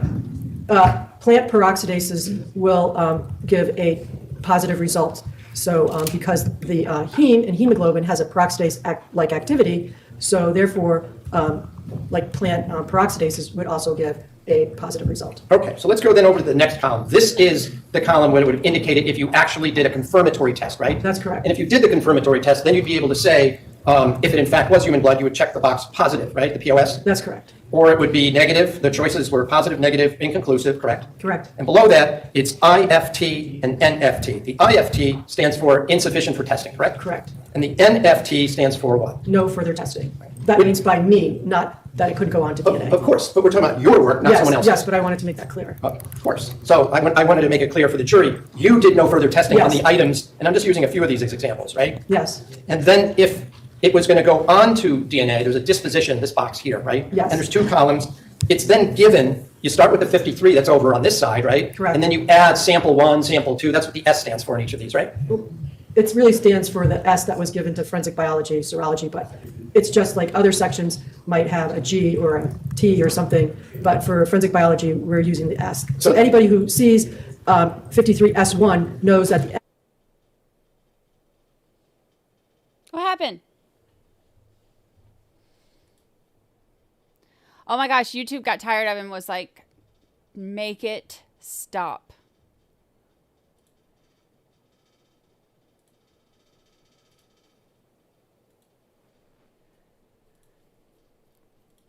That's really funny. YouTube was like, nope, tired of this. It's too much.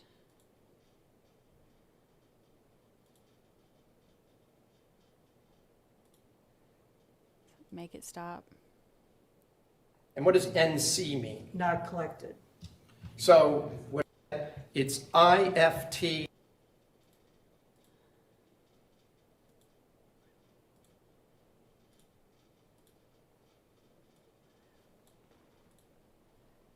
Okay. and NFT. The IFT stands for insufficient for testing, correct? Correct. And the NFT stands for what? No further testing. That means by me, not that it could go on to DNA. Of course, but we're talking about your work, not Yes, someone else's. yes, but I wanted to make that clear. Of course. So I wanted to make it clear for the jury, you did no further testing on Yes. the items, and I'm just using a few of these as examples, right? Yes, And then if it was going to go on to DNA, there's a disposition, this box here, right? Yes. And there's two columns. It's then given, you start with the 53, that's over on this side, right? Correct. And then you add sample 1, sample 2, that's what the S stands for in each of these, right? it really stands for the S that was given to forensic biology, serology, but it's just like other sections might have a G or a T or something. But for forensic biology, we're using the S. So anybody who sees 53S1 knows that the Look, it did it again.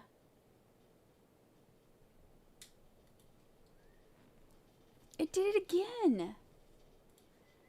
Seriously, this is the third time it's happened. I think they're trying to tell us something.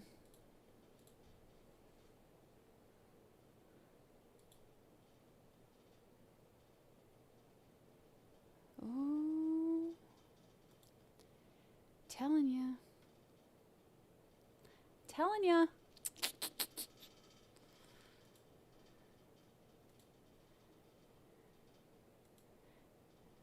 They're like, nope. We're done. Collected, but you made a note in 1, 2, 3, the fourth box down here, correct? Correct. And you indicated here, no touch type sample was collected due to overall skin No, overall stains and staining. Stains and staining, yes, that's correct. And that means that based on what you found, you just assume whatever that stain is, you've already sent it over or recommended it go to the DNA section, correct? No, All right, so why would you make that notation there? because there's so much reddish brown stains and staining that to go around and try to avoid all those stains to collect a touch type stain is not possible. So let's go to page 6, number 686, please. Now this had 3 separate numbers that were on one worksheet, correct? Correct. And were you aware that although this is shorthand, it says unstained area of steering wheel, blood-like staining of steering wheel, and 136 was interior side of left front door. You see that, right? Yes, I could see the descriptions. All right. And again, I'm only going to ask you about the one. This is the same form, different data that was entered, correct? No, this is a swab-only multiple submission worksheet. And this is based on the fact that someone else submitted swabs to you, and you were examining those swabs that were presented to you, right? That's correct. And the swabs come to you in a tube with a large Q-tip, like a COVID test type thing. They come in various ways. They come in what we call a swab carton, which is, they're inside the submission packaging, or we call it a swab sleeve, which is like a paper sleeve, or very rarely, they come in loose in the packaging, and sometimes they have, there's these kits that form a cardboard box around the swabs, and so they're drying inside this cardboard box. So those are the various ways that we get swabs inside the outer packaging. All right. So when you look at the individual, I'm only going to refer to the middle. Did I just change? You changed the page. You did change the page. Oh, I must have pressed, if you put it on. She said you did change the page. That's better. Okay. So on 135 is the one in the middle. You see that here, right? Thank you, little Yes. bee. It's described as a number 135, blood-like staining of steering wheel. Do you see that? Yes, I do. Now, without going back to my sheet, do you recall that this was, and from your notes, that this was a swab taken from the steering wheel of a 2017 Chevy Suburban in New Canaan, Connecticut?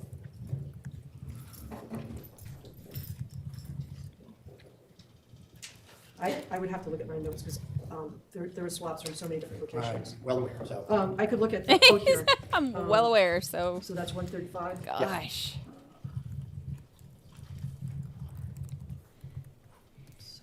What are you doing?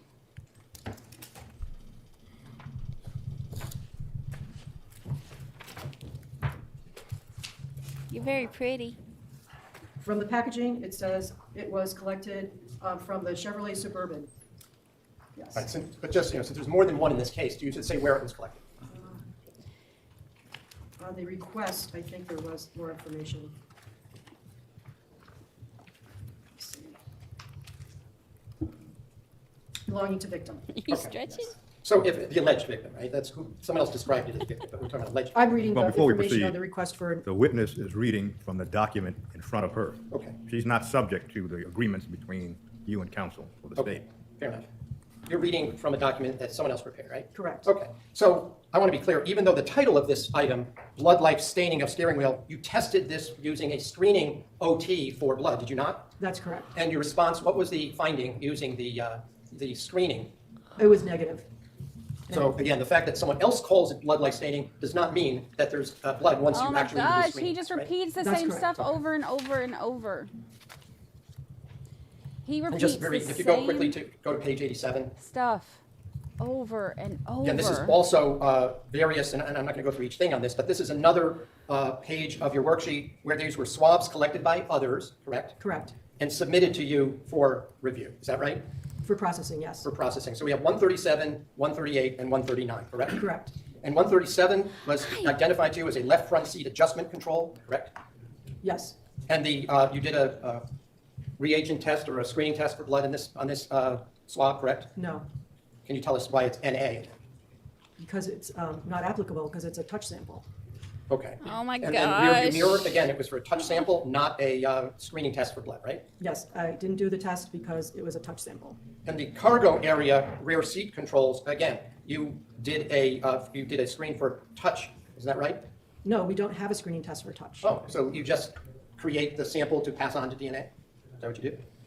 There is nothing that would, I'm not sure I understand your question. because Nobody does. These are all NAs. These 3 submissions are touch, and we don't have a test for touch in forensic biology. The test would be to go on to DNA to see what DNA, if any, is on those swabs. So you don't even do a test to see if there's anything organic on the swabs? That's correct. Oh, so you just, when it says, for example, over on the right there, 139S1, 138S1, and 137S1, you just pass these along after looking at them. Is that a fair statement? Right, I have to cut the swabs off, put them in a tube, properly labeled, then I have to itemize the swabs in our LIMS system, which is how we track our evidence, and then the tubes are then put into a plastic Ziploc type bag and heat sealed and initialed, and then I create a transfer sheet which lists all the items that I'm sending over, and that is the information that will be eventually passed along to the DNA analyst. Fair enough. I'm going to ask then that you look at 164. You were asked questions specifically about this item 97, which was identified as license plate and screws, or it says plate and screws, but you recall this was one of the license plates that you were shown and asked about, correct? Yes. It says the word touch is written on some of these. Sometimes it's not written, sometimes it is. Does that mean that you looked at it solely for purposes of touch and did not consider whether to look for any kind of presumptive screening test for blood, right? Yes, as you see there on the 4th row down, no blood-like stains noted on screws and washers. So therefore, all I was doing was collecting touch samples from the license plate and the screws. And you did observe on 97-1 that there was rust-like deposits noted, correct? Noted, right, Okay. And again, we go over to the right side to DNA and you assign it an S number, correct? correct. Now, if you would turn to image 177, you were shown this for a little bit, and I'm going to ask you about this document. All right? Okay. You recall, now it's Can I pull out my, look at my absolutely, worksheets? absolutely. Okay. If this was noted, and there's a little square over on the side there, is this your handwriting right there? You mean the paper that's Yeah, on the the little ruler? with the number on it. Yes, So even though it's on the side, that indicates that this would be item 99, correct? correct. And then the image, as I understand it, when you were shown it, these are the various places where you took swabs? Correct, And so we would go back to a worksheet similar to what I showed you earlier on, correct? correct. So if we can then go to 174, this includes, and it's going to be more than one page, there were a number, it's 174 and 175, just if you could just show the witness 175, please. See, these 2 pages actually set forth what happened with each one of those swabs that you examined that are located in the photograph that we just looked at document 177, right? That's correct. Okay. And I just want to be clear, if you go back to 174 for a minute. The first 4 of those swabs were negative for the screening test, correct? That's correct. The 5th and the 6th ones that are down here at the bottom, you said were positive, but there's some notes. Could you just explain what the notes say, because it's hard to read, please? Okay. So it says positive, and then it has a little weak times 4, which means I swabbed the area with 4 swabs, and I took a few fibers off of the 4 swabs, combined them, and got a weak positive OTOL result. And I did that, so they were collected on 9/10, and I tested the now dry swabs on 9/11.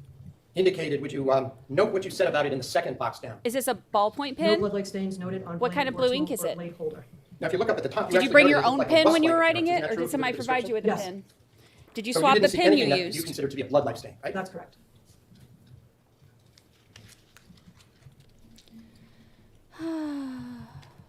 Just out of curiosity, the word tool, is that, you're just describing that this is a tool? Oh my I- God. I I divided this- can't deal. I can't deal. I can't deal. I can't Sent it deal. on to DNA, right? Yes. And the other samples from the absorbent side and from the other side, et cetera, as you go down this list, you did not do any other testing, correct? There was a small reddish-brown, brownish stain, which I did not test. Okay. And then there were some pinkish stains, which I didn't test. And then on the absorbent side, there was also brownish faint stains, which I didn't test. All right, so your answer is you didn't test any of the other items, right? Other stains, yes. Other stains. Okay, now let's turn to 408, please. There's been some extensive testimony about these, this garbage bag with a knot in the middle, correct? Yes, I see that. So you had characterized this, or you had made it part of 41-3, because that's where the previous item came out of, the panty liner, right? No, the panty liner was 41-3-1. Okay. So the panty liner came out of the garbage bag. Oh, okay. So 41-3 was the garbage bag that the panty liner came out of, correct? Correct. I So like it when the number judge 461, stops it. please. That's my favorite part. Again, this is one of these blood and touch worksheets that we've gone over a bunch of times. A bunch of times. This is the this is now a zip tie Bunch of times. exam that you did, correct? Correct. And for this one, you tested again. You did the Kasselmeyer screening test, right? Correct. Says you did. Right? Yes. But it's also you circled NC in the same box. Is that correct? Yes, and then I wrote next to it, at this time. Okay. Which means at that time you didn't test it a second time, right? No, that means that I didn't collect it at that time. Oh, okay. And then you checked in the next box, no further testing. Is that right? That's correct. And if you look below, the third row, 52-1, which is after they come back from latent prints, I swabbed the entire surface, including that reddish-brown stain, where I have a note, see above. I like So how he you- even says So let's it's look at the that for same a second. stuff You that we brought this up. keep going over. You didn't right? check any of the boxes there. Is that right? Because I said see above. Which means there's no difference from what you did before, right? I'm not sure what you mean by that. Well, which above are we referring to that you brought up on June 18th, 2019? The first row, where I did some testing, it was positive. I tested 2 areas of reddish-brown staining, and I didn't collect them because it was going to go to latent prints. And, well, that's actually the reason was there was so much reddish-brown staining on that item that I wanted to swab the entire surface to collect the reddish-brown stains and touch after latent prints. All right, there's other items. I'm going to skip a couple of them. I'll just put them up on the Thank screen so God. the jury can see. There's a similar report, 462, that's in here for the zip ties, 52-2. The form is the same, so people can understand the terms that are in here the same as the other pages, correct? Yes, they're the same form. Okay, and then we'll go to 463. There is reference here to a fiber-like item. Do you see that at the Correct. top? Is that what you were testifying before, that you don't know if it was hair or something else, but it was fiber-like? You gave it a biology number and it was sent on? Yes, it was retained. Okay. 464, please. Again, this is all from those garbage bags that are 52. You did the same thing with these items here, the same No, form? no, this is not from a garbage bag. This was a separate submission, 52, with 4 zip ties in it. So is this from the same zip ties, correct? I'm sorry, From you said it was from the garbage bag. I misspoke. That's from the zip ties, correct? This worksheet is 52-4, which is a zip tie. And the previous page was also from the zip ties, correct? He's yapping Yes, so do much that. he's confusing himself. We go to 485, please. This is 88-1, correct? Yes.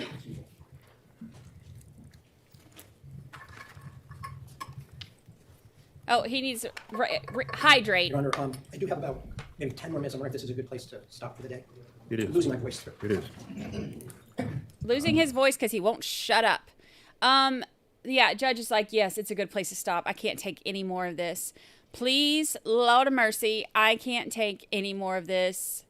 Help me get out of here because I can't take it. That's what I heard. Oh, so she's back on the stand again for this poor woman. This poor, poor woman.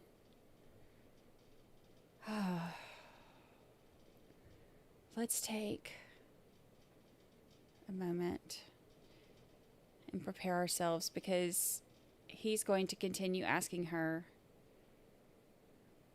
about the same things. He's like, so these are from the trash bags, right? She's like, no, they're from the zip ties. He's like, okay, so they're from the same zip ties, right? She's like, what do you mean the same zip ties? You said they're from the trash bags. I misspoke. They're from the zip ties, right? She's like, yes, I just corrected you on that. That's the kind of stuff that...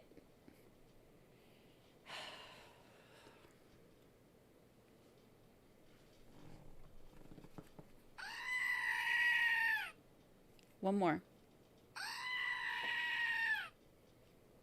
Lucy's like, why do you have a screaming goat?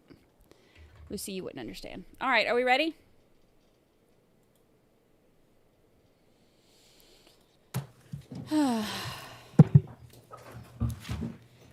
Now we're at Friday.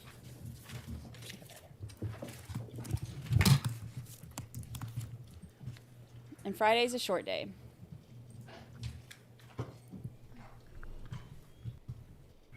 I don't even want to hear him anymore.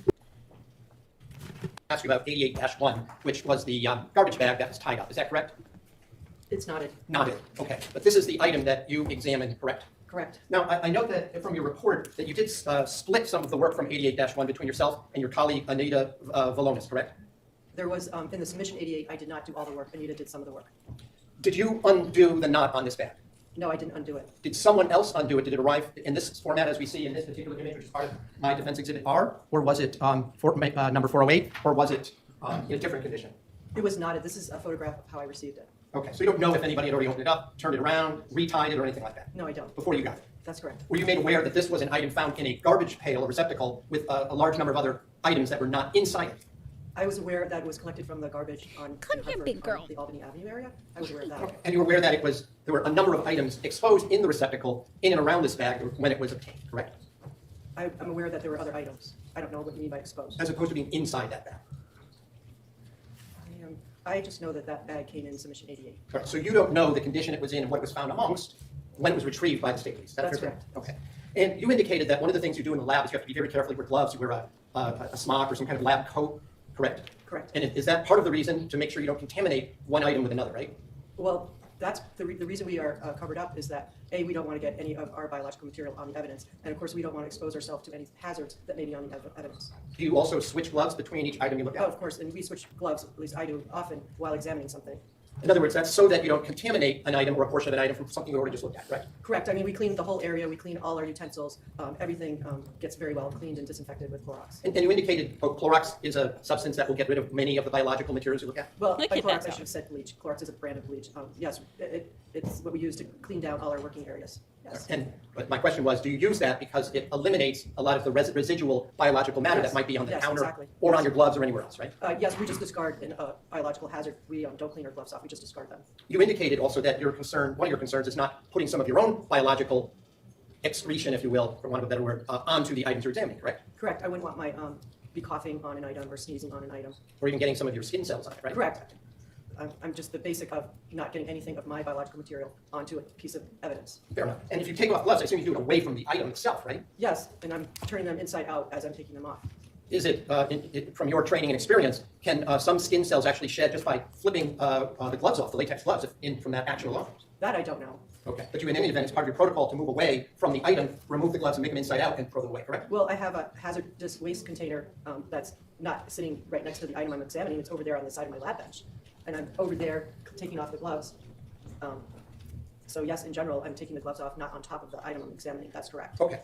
So I also understand that when going back to my question about Ms. Valonis, you acted as the technical reviewer of the work that she did on this item 88-1, correct?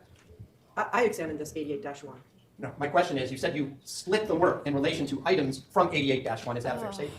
Yes, she examined some of the items in 88, in the submission 88. I believe she examined 88-3, not 88-1. Okay. She examined 88-3, a knotted plastic bag. I also examined a knotted plastic bag, but that was 88-2. Okay, so I'm just putting this up for a moment. This is, again, from my Exhibit R. I'm not going to ask you. We've been through this. This is... We've been through this. It says page 184. It's my page 485 for these purposes, but this is the same form, the blood and touch evidence examination worksheet that we've talked about yesterday, correct? Correct. And again, if we look at the KM column and the KMOT, this is the screening column. It says NT for the first two, correct? Correct. Positive for KM on the third and fifth, correct? Correct. And a weak one on the sixth, right? Correct. But if we go to the next column, there was no human blood confirmatory test done on those items, correct? That's correct. Okay. We've been over this. We've been over this. We've been over this. We've been over this. Did you observe inside this bag a green and yellow sponge? No. Was there another black bag, garbage bag, that you saw and at least were the technical reviewer of that Ms. Falonis opened? If I could explain something. Sure. So when the submission was originally opened, 88, there was a number of items within 88. So the latent print examiner itemized all those items that were found in 88. So, and then he individually wrapped those items and put a barcode, the laboratory barcode, with the item number on it. And that was how we could, the work got distributed without us having to exchange the mother package submission and us each going in and out of that submission. So I did not see that sponge come out of the submission 88. Now, I did review, as a technical reviewer, Anita's report that she wrote up of the sponge. That's correct. Okay, so let me just break that down a bit. 88 was identified as whatever came in toto from that particular garbage receptacle from Albany Avenue. Is that a fair statement? I don't know that. I know that a number of items were placed into submission 88, but whether the garbage receptacle, that part I don't know. Okay, let me ask this a different way then. Oh, gosh. You did not break it up into 88-1, 88-2, 88-3, or any other 88-other number, correct? Somebody else did that. That's correct. Did you, and the reason I'm asking this is, was there more than one green and yellow sponge recovered from item 88?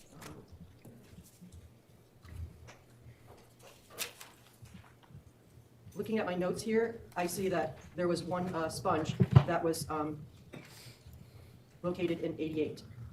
I don't have any other notes that there was another sponge. You do not have any other note about that? It's the same stuff over and over. Sponge that was found in the non-damaged bag, which was the two bags which were taped together, which was referred to as 88-1.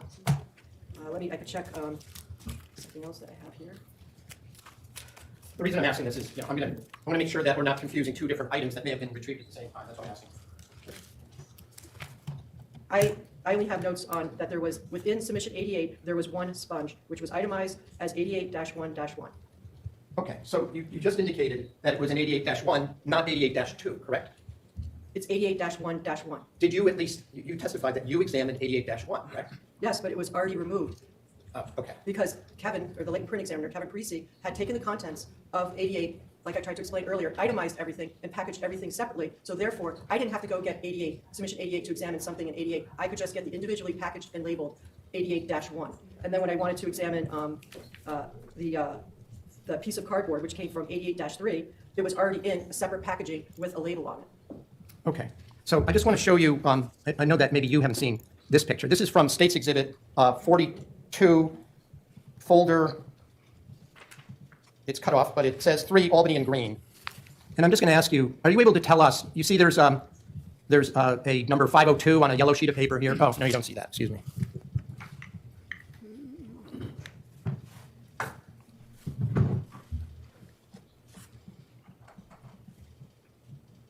All right, if you now could look at the screen. You see there's a number 502 next to what appears to be a green and yellow item next to the word green in this image. This is 7-275 in States Exhibit 42. You see that? I see a sponge on the screen, yes. Did you yourself, and this is what, did you yourself ever examine that particular sponge that we see in this image here? No, I never examined a sponge in this case. Okay, and I want to be clear. Do you know whether there were 2 sponges recovered at the same time or in the same trash receptacle? I don't know. Okay. Is the judge rolling his eyes? Probably. The rest of us are. The thing is, these are things that I'm not even going to pause it. I'm just going to mute it. These are the things that we've already been over and over and over and over and over and over. And all he's trying to do is show that they didn't do the confirmatory testing for all of these things. So they're going through he's going through all of these so tediously when she already said anything that didn't have enough of a sample of it to do the confirmatory testing, she didn't do. She sent it on to DNA. That should have been the end of it. But he's going through every single thing over and over and over and over. Tell the jury, what did you do with that cut? I'm going to refer to my notes. Of course.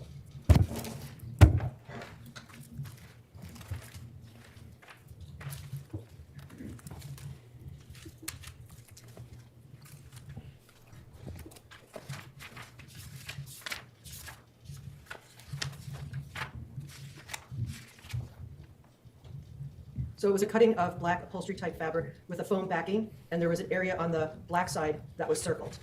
When you did This this is from cutting, the did you have seats. the entire car seat there? I did not do this cutting. This was what I received as the evidence, a cutting. Did you have a picture of the seat that it had come from? No. You did have some communication, did you not, with a Detective Riley about which side this cutting came from? I might have. I don't recall. I'd have to find. If I could find that. We're reviewing a email between, that you may have been Yes. involved in, assist you Yes. in refreshing your memory? Yes, it would. All right, I'm just gonna have this marked by D, please. Spongegate.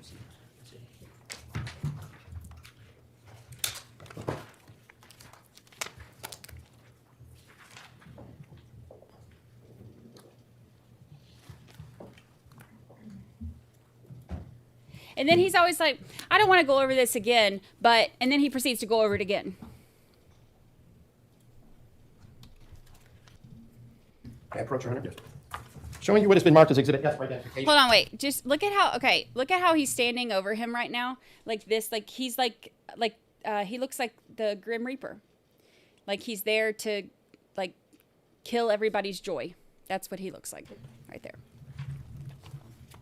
Standing over you, waiting for all the joy to Showing you what has been marked as Exhibit F for come out of your identification. body. I'm just going to ask you to review this 2-page document, and I'll just note you recognize your initials on there. Actually, that's my coworker's Sorry, you initials. recognize your name on there? Yes. Okay, so you just look at this. You can. It's just take as much time as you need, and when you're done, let me know, and then I'll ask you a question that refreshes your recollection. Okay, thank you.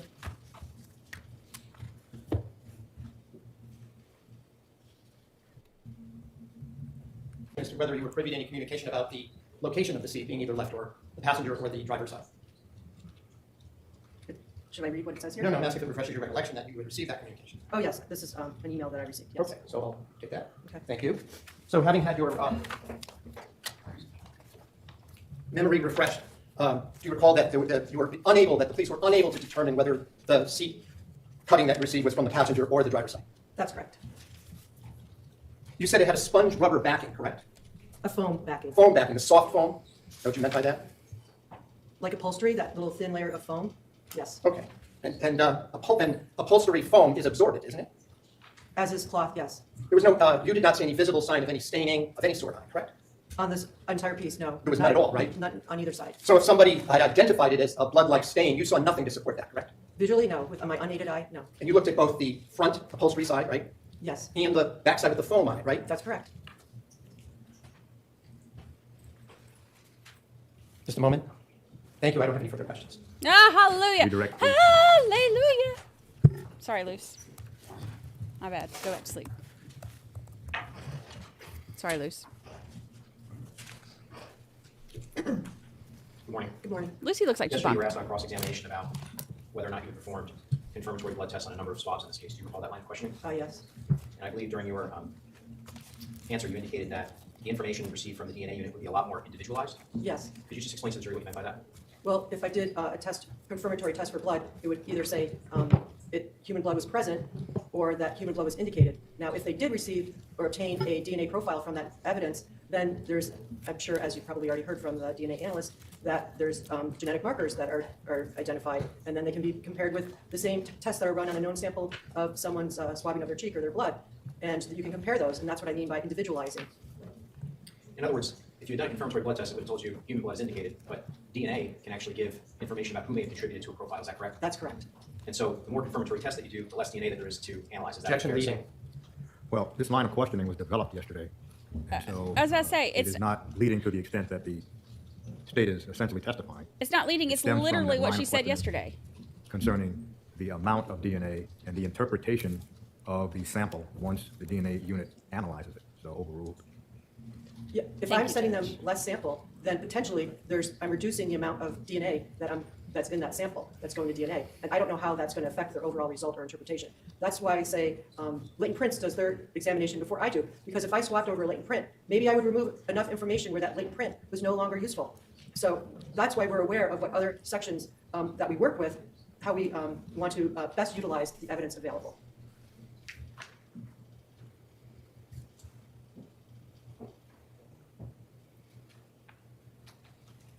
You mentioned on cross-examination that you use bleach to clean your bench area in between each. Why use bleach? Because it destroys biological material. We make up fresh 10% bleach every day, and we constantly are cleaning. I would say anybody interested in forensics, you better be prepared to clean. It's just part of the job. Clean your work area, clean what you're using, and just everything has to be maintained clean. So if things are bleached or other cleaning products are applied, or car goes through car wash, for example, that could destroy potential biological material. Is that correct? It depends on the type of cleaning agent that you're using. Sure. Yeah, bleach being the most prevalent one that is used in forensic labs to clean.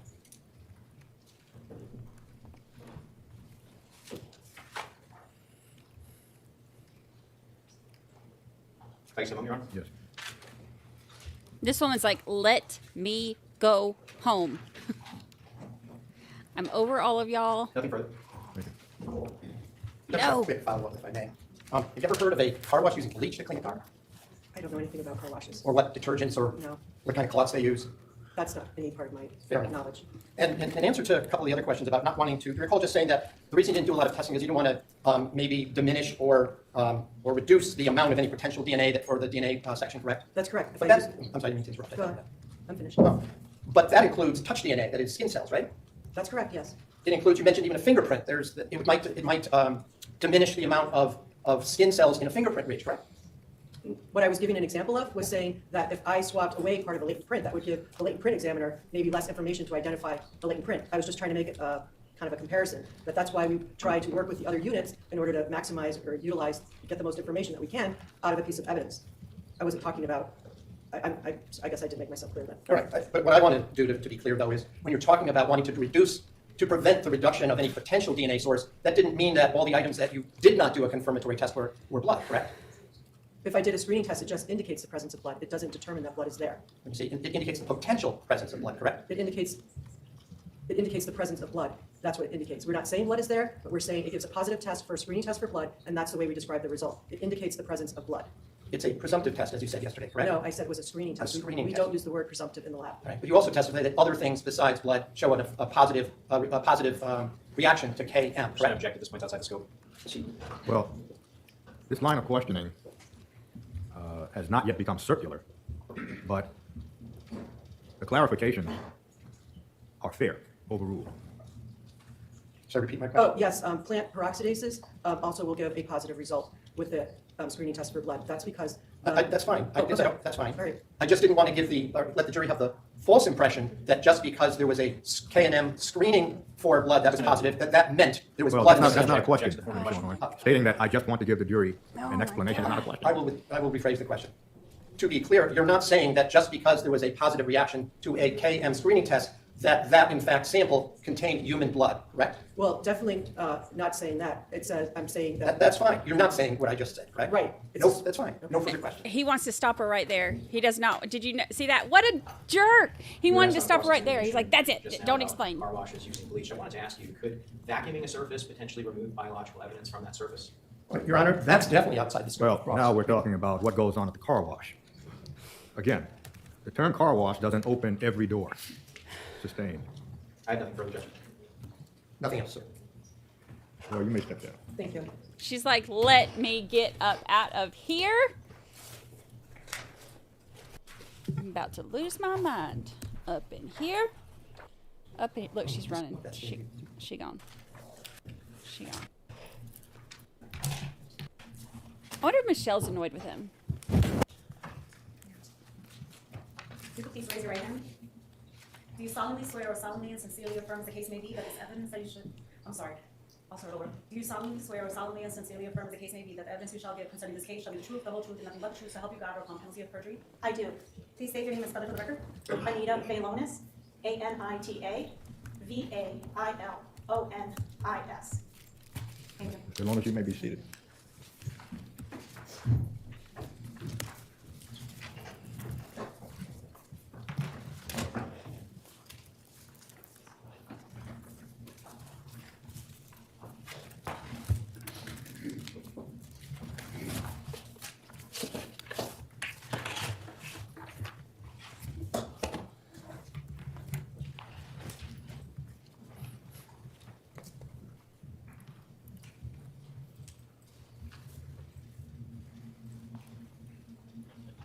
Good morning. Good morning. Michelle's out on bond. Ms. Alonis, would you just indicate to the jury where you were working in 2019? I was employed at the State of Connecticut Forensic Science Laboratory. And have you since retired? I have. When did you retire? April 1st, 2022. What was your position at the laboratory prior to retirement? I was a Forensic Science Examiner 2 in the Forensic Biology Unit.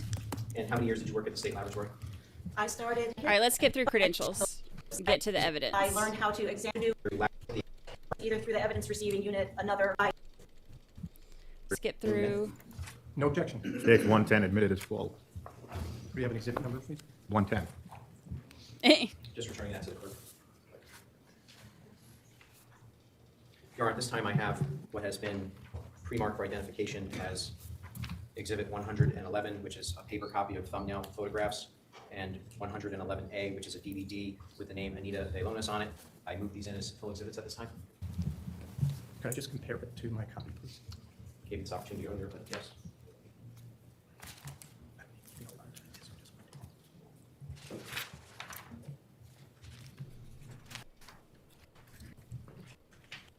Oh my God. You should see this so I can see the screen a little bit better. Yes.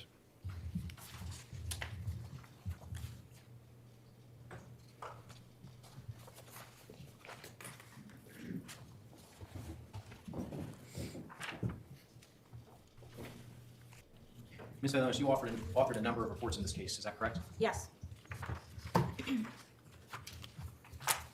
Just asking to be marked for identification purposes.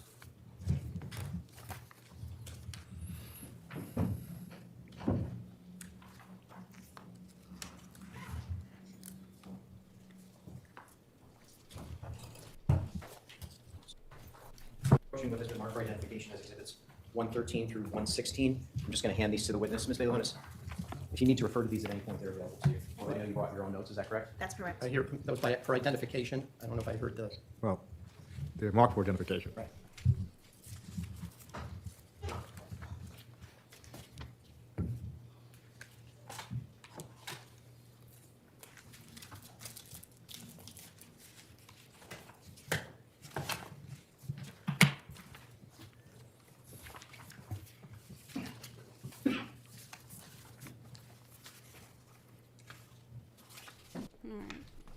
Ms. Velonis, you indicated that you examined physical evidence under that case number. Is that correct? That's correct. And we've learned, well, the laboratory, when evidence is submitted, gives it its own submission number. Is that correct? That's correct. And so that submission number does not necessarily match a police agency exhibit number. Is that fair to say? That's correct. Okay. You, however, refer to things by the submission number at the lab. Is that correct? Yes. And then subsequently, there could be even sub-submissions under that number. Is that fair to say also? Yes. Okay.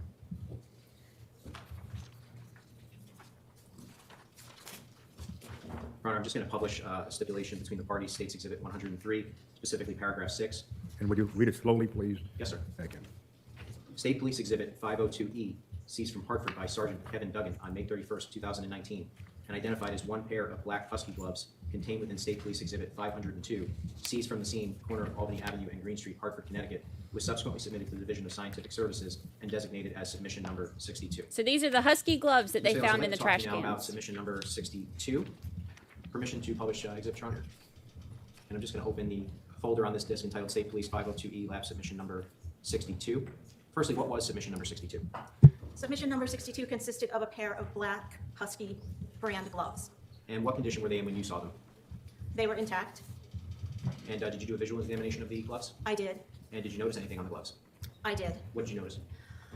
I noticed reddish-brown type staining on each of these gloves. Were the gloves given different designations? In other words, was one glove given a submission number and another glove given a different submission number? Yes. And can you just explain to the jury which glove was given which submission number? So this was submission number 62. And I designated the left glove as 62-1 and the right glove I designated as 62-2. And I'm just going to display the first photograph in this folder, Lab 62-1S1.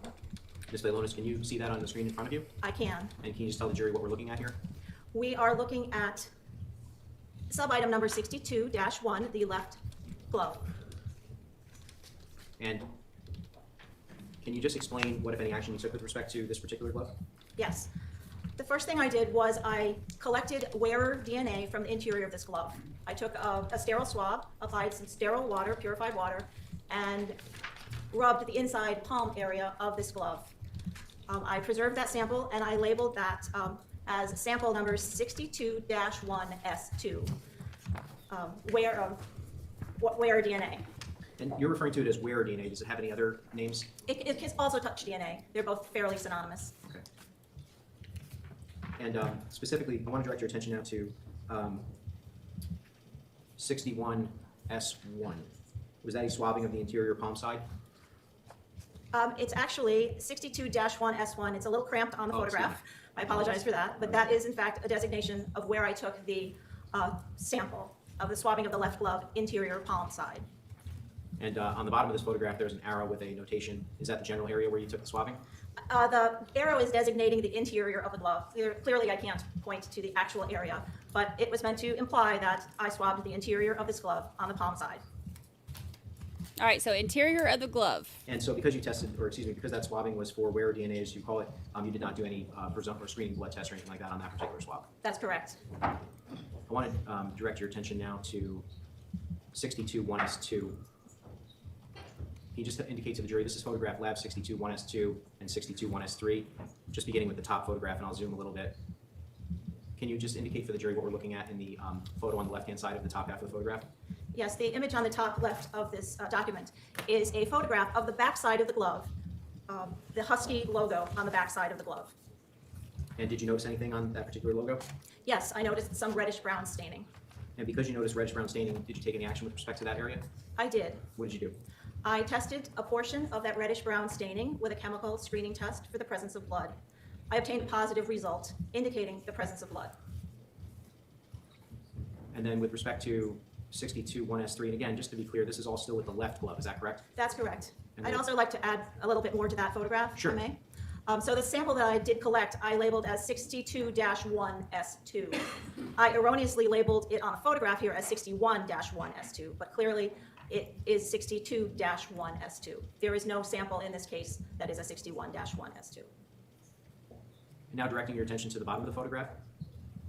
The bottom left image on this page documents two things. The Velcro closure, in my opinion, was very clean and very new looking. There was no trace material or hair-like fibers embedded in the Velcro closure.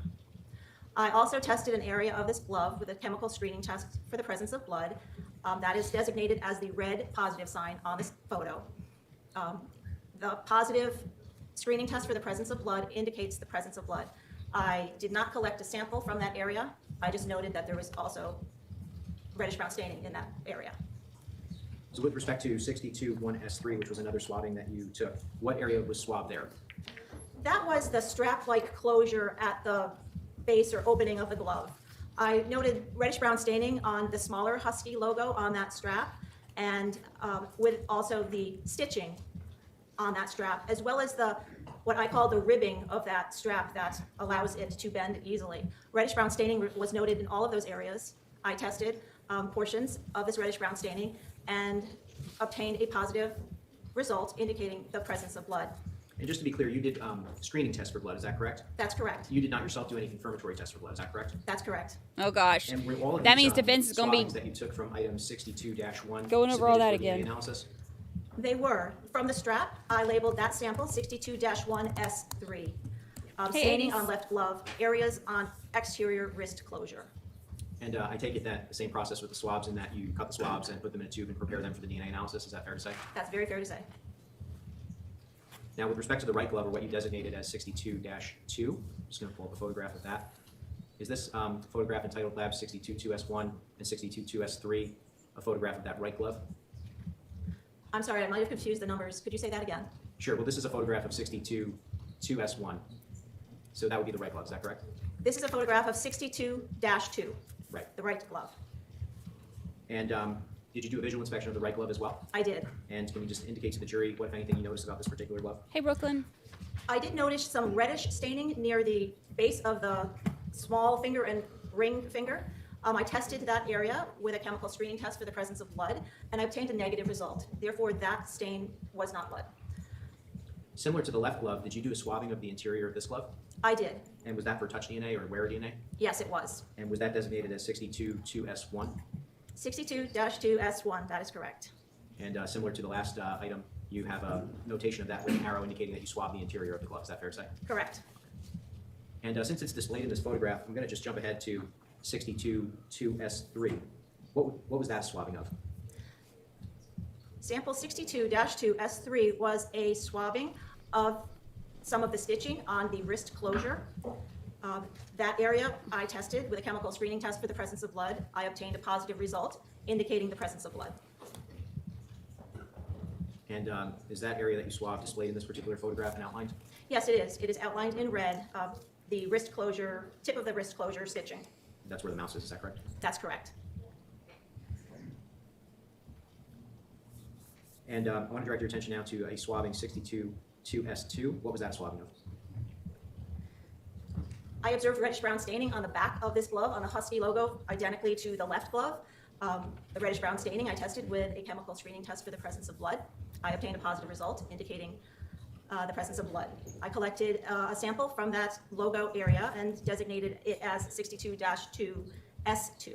And just to be clear, in this particular photograph, that is the lower right-hand portion of the photograph, which designates the area for the swabbing designated 62-2S2. Is that correct? That's correct. And is the reddish brown substance that you observed visible in this photograph? Yes, and I circled it in red pen.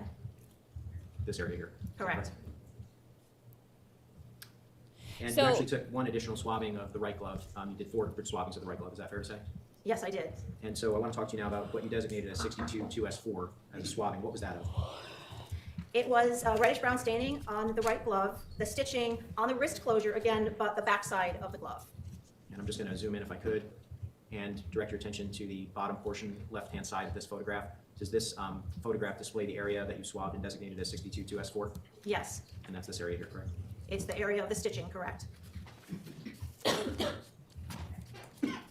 So presumptive positive screening or screening test for both gloves was positive for blood. Just going to publish a stipulation to the jury, Your Honor. This is State's Exhibit 103, specifically Yeah, I want to note. Yes, Trudy Martin. I want to. paragraph 8, State Police Exhibit 502I.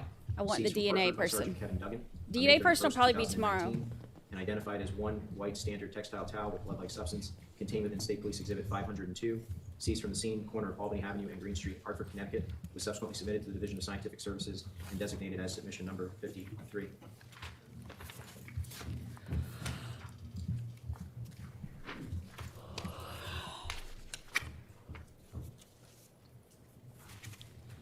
Did you perform any analysis on a sub-item of 53?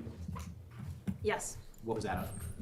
I examined sub-item 53S3, which was designated as trace material from towel. And just displaying the photograph entitled Lab 53S3-1, can you just explain to the jury what we're looking at here? You're looking at a series of photographs I took during my examination of a hair-like fiber that was enclosed in 53-3. This is And that who hair-like actually fiber recovered they this were particular talking fiber? about. Christine Roy. And so she ended up retaining it, and then you analyzed it later? Yes, Did you do any analysis of this particular fiber or hair to determine what exactly it was? I did. And what was it? I determined that this hair-like fiber was in fact a human hair.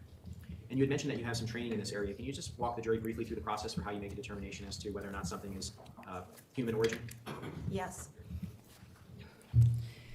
When I obtain trace material. Okay, we don't need to hear I the collect explanation, hair, right? I put on a glove, it makes a sample, stars aside. Itself doesn't have that root sample. Yeah. I forwarded the root portion of this human hair to the nuclear DNA section. DNA will probably be tomorrow. Look, my plan is I plan on streaming tomorrow. If I get out of treatment and I'm feeling like crap, then we'll have to wait. But my plan is to try to stream tomorrow afternoon. Hold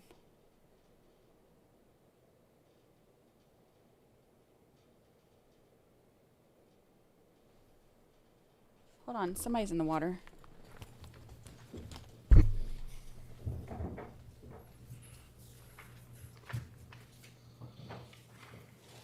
This is State's Exhibit 104, Your Honor. Specifically, paragraph 9, State Police Exhibit 363, seized from the Toyota Tacoma by Detective Matthew Riley on August 27, 2019, and identified as one interior door panel from right door, was subsequently submitted to the Division of Scientific Services and designated as submission 99. Now, Ms. Valonis, you did not actually examine submission 99 yourself. You examined trace material from submission 99. Is that correct? That's correct. Christine Roy did the initial examination of 99. Correct. And she identified trace material that was either hair or fiber-like object and designated as 99S14. Is that correct? Yes. All right. And I'm just going to display within the folder State Police Exhibit 363, Lab Submission 99S14, specifically a photo, Lab 99S14.1. Was this the item that Ms. Roy found? This was one of the items in the trace collection that she found, yes. And specifically, this was designated as 99S14. And did you go through the same process in that you did attempt to determine whether or not it was human in origin? Correct. And did you determine that it was? I did. And was that forwarded to DNA? It was, the root portion of that hair. It's storming here. Well, it's not storming anymore. It's raining and the tide is high. Reading from States 104. So there's people out there surfing. The water's supposed to be closed because of rip currents right now, but people don't listen. So there's surfers out there, and it looks like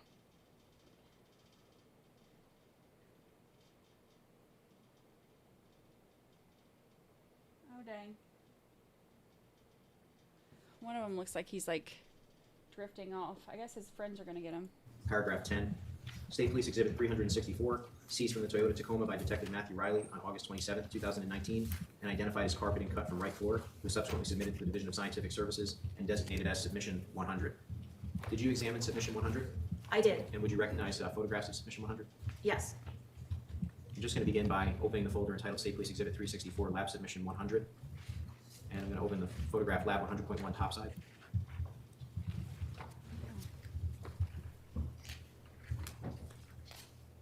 Can you just tell the jury what we're looking at here?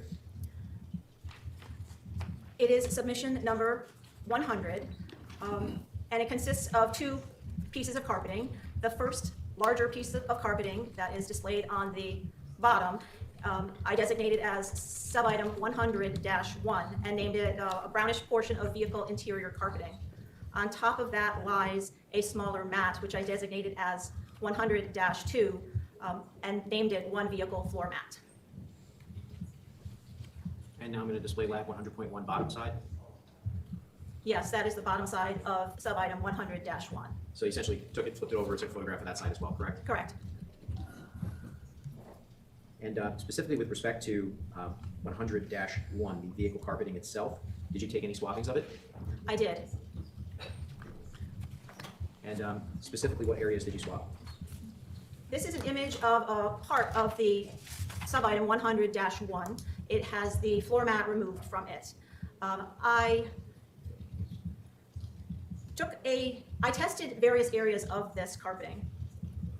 One of the areas that I tested gave me a positive result with a chemical screening test for the presence of blood, indicating the presence of blood. And that area is shown on this photograph and designated as 100-1S1. And so just so the record is clear, this photograph, there appears to be almost a grayish outline in a circular pattern near the upper portion of the photograph. Is this the area that you are referring to? Yes, it is. And so based on that result, did you send 101S1 to the DNA unit? Yes, I did. They're getting And, out of the water now. You took a second swabbing of this as well, is that correct? That's correct. And is that also shown in this photograph? It is. The area that was swabbed? And is that in the upper left-hand portion of the photograph? It is. It's closer to what appears to be a tear in the carpeting. I tested that area as well with a chemical screening test for the presence of blood and obtained a positive result. I collected a swabbing of that sample, designated it as 100-1S2, and forwarded that sample to the DNA unit. And then with respect to the underside or the vehicle floor mat, rather, this is a photograph Lab 100.2, and this is the item that you designated as Lab Submission 100-2, is that correct? Correct. And did you do any screening tests on this particular item? I did. And what were the results? I swabbed the top side and the bottom side. I also actually sliced it open to expose the interior of this mat, tested both sides, the inside of this mat, and all of the testing that I performed was negative with a chemical screening test for blood. Therefore, blood was not identified on this item. And so consequently, no swabbings were taken that were forwarded to DNA from this particular submission. That's correct. Okay, the time is now 11:16. Madam Clerk, we are going to stand in our morning recess.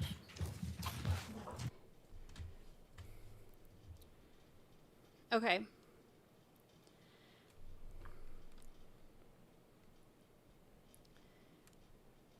Hold on, let me show you. I can't, since I'm not on Streamlabs, StreamYard, I'm on Streamlabs.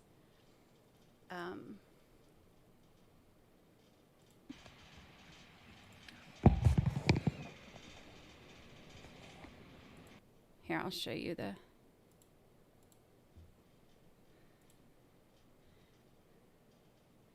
This is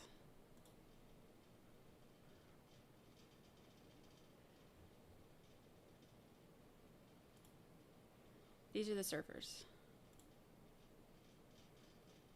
They're getting out of the water by the time I got their video. But this is them. This one back here. Wait, the red. I think it was red. That one was the one that was like, yeah, that one right there was the one that was like drifting off a little while ago. This one right here. But that's them.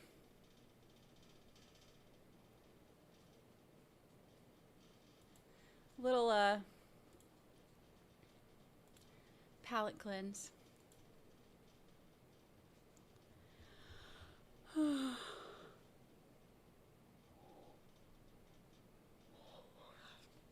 Oh, getting tired. Okay. CJ's mom 55. Let's see. Thank you for the super chat. Hi, Brandi, Lucy, and 13 jurors. I've been MIA for some time now. I have remained a faithful member, been dealing with mental health issues and caring for my friend with MS and cancer. We are both surviving. Aw. Well, I'm glad that you're making it, but I'm sorry to hear that you're struggling. But we're glad you're here.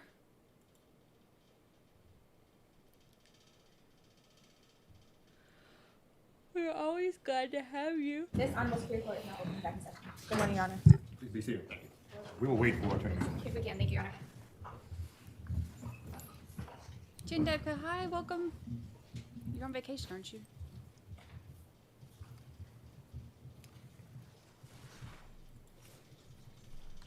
I was given a very large, almost 600-page download from the lab, and I believe the witness has certain documents that were not in that. So I think he's either looking to download it for me, or at the lunch recess, I think they'll just make a color copy. It's like 4 or 5 pages, but it's something I would be asking about. I didn't know she had the actual images with her.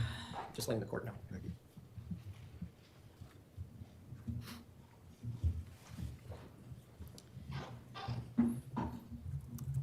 Hey, Lindsay Hendricks. Ooh, French fries and Diet Coke. Those 2 of my favorites.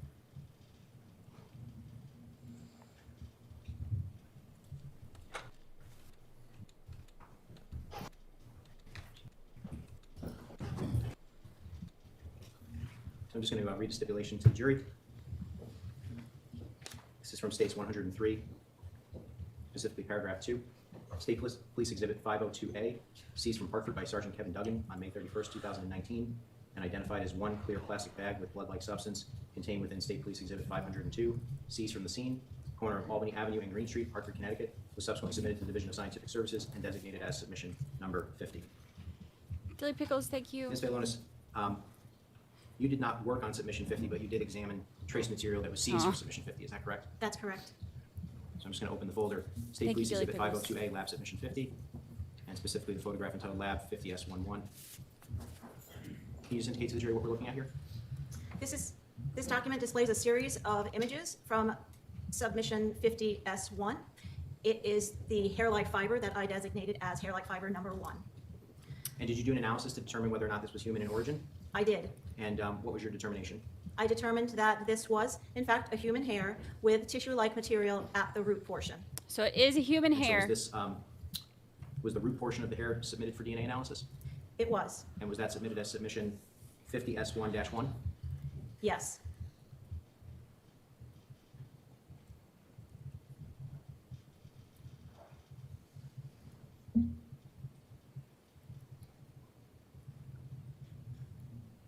Paragraph 3 of that same stipulation, Your Honor, states 103. State Police Exhibit 502B, seized from Hartford by Sergeant Kevin Duggan on May 31st, 2019, and identified as 1 clear plastic bag with blood-like substance contained within State Police Exhibit 502, seized from the scene, corner of Albany Avenue and Green Street, Hartford, Connecticut, was subsequently submitted to the Division of Scientific Services and designated as submission 51. And Ms. Valonis, once again, you did not examine submission 51, but you did examine an item which was removed from submission 51. Is that correct? That's correct. And can you just describe the item for the jury? The item that I received, item number 51S1, was trace material from poncho, as it was labeled within the laboratory. And I'm just going to display in the folder State Police Exhibit 502B, Lab Submission 51, the photo entitled Lab 51S2. What's being displayed here?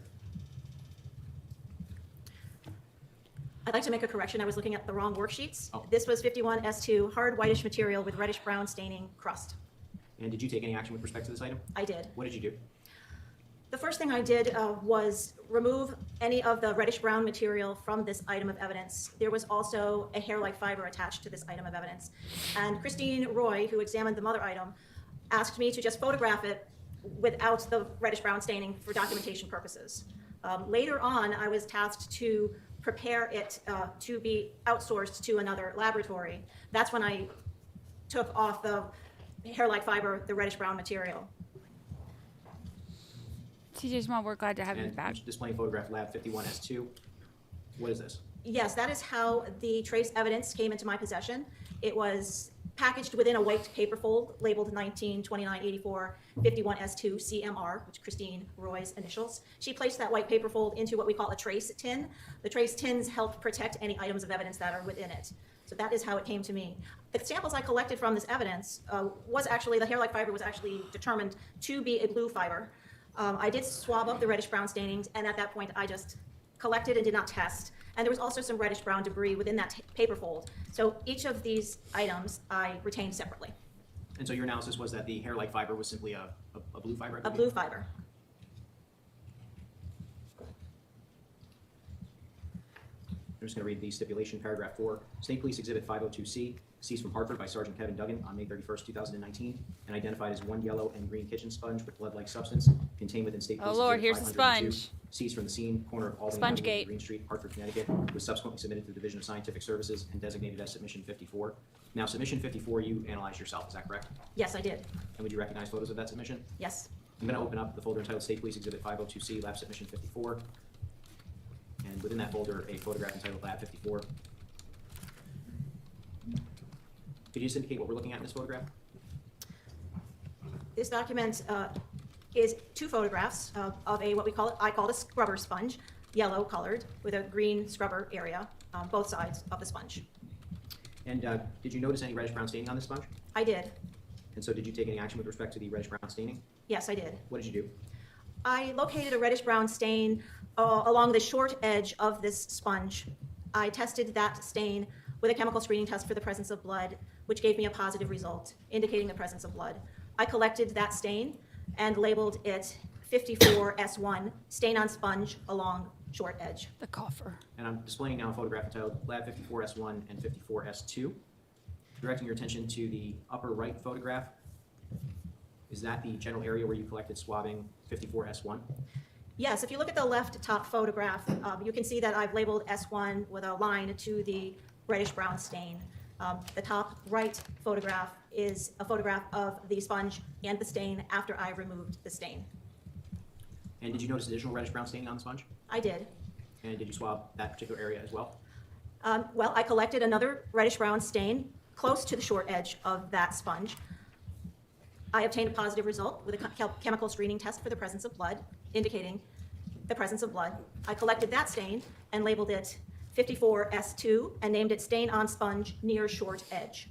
Yeah, and perhaps I stand corrected, you actually submitted the material itself for DNA analysis, is that correct? I did. Okay, and so it's not, you didn't swab it, you actually cut a piece of the sponge and put that in the tube for DNA analysis, is that right? That's correct. So I just want to direct your attention now to the bottom left-hand photograph. Is that the area where you removed 54S2, where your scissors are pointing here? Yes. Okay, and then to the right, at the end of the arrow depicted in the photograph, is that what you removed from the sponge and designated as S2? Yes. I think everybody has owned that kind of sponge at some point. And then you took That one yellow additional on one swab side, of green on this the other, sponge, and is it's that like this correct? swirly. Yes. I'm going to display photograph lab 54S3 and directing your attention specifically to the bottom of this photograph. Can you just tell the jury what we're looking at here? We are looking at two photographs are on this page. The bottom photograph shows the side, one of the sides, the long side, one of the long sides of this sponge. And is the area that you designated as swabbing 3 depicted in this particular photograph? Yes. However, the swabbing 54S3 was not only the edge, long side of this sponge, it was also the top side of the yellow portion of the sponge. So all of the yellow sponge area, avoiding the reddish-brown stains, was collected and labeled as 54S3. Let's do a poll. And so I'm now displaying lab 54 again. This shows the entirety of the yellow area, is that correct? That's correct. And you avoided the areas which you had previously collected for additional testing, is that right? And any additional reddish-brown staining I might have noticed, yes. And were all of those swabbings submitted for DNA analysis? Yes, it was. And I'm saying swabbings, but again, there were 2 cuttings as part of that group. Yes. It's probably the most important poll we've ever done. Just going to publish the stipulation, paragraph 5. State Police Exhibit 502D, seized from Hartford by Sergeant Kevin Duggan on May 31st, 2019, and identified as 1 black rubber and fabric glove with dirt-like substance, contained within State Police Exhibit 502, seized from the scene, corner of Albany Avenue and Green Street, Hartford, Connecticut, was subsequently submitted to the Division of Scientific Services and designated as Submission 61. Ms. Valonis, did you work on Submission number 61? I did. She's the only. I'm just going to open the folder. The last State Police one. Exhibit 502D, Lab Submission 61. We got an hour And left, display but the playing it photograph, at the so Lab speed it's less than 61S1 that. through 61S3. Ms. Valonis, can you just indicate for the jury what we're looking at here? This is a black, light-duty gardening type glove, as I described it. It has fabric on the back and a sort of rubber-like palm and finger area. And I want to direct your attention specifically to Submission 61S1. They'll swabbing probably interior do palm side wear DNA. DNA person what tomorrow. particular area did you swab? I swabbed the interior rubber side, the palm side of this glove. The swabs that we use have 6-inch sticks, so the swabs are very long, so we're able to reach into the glove area and collect a sample for wearer DNA. Does that also include the fingers? Yes, it does. And I don't think I asked you that for the Husky gloves. Were you also examining the finger areas of the gloves on those? Yes. And again, this was for wearer DNA, meaning that you did not test this particular area for blood. Is that correct? That's correct. It's not a trick question. You took additional swabbing, Phyllis, specifically Mom's got a sponge, 61S2. Daddy. Could you just indicate what that was? 61S2 was an area, a sample from an area from the cuff edge on the palm side of the glove.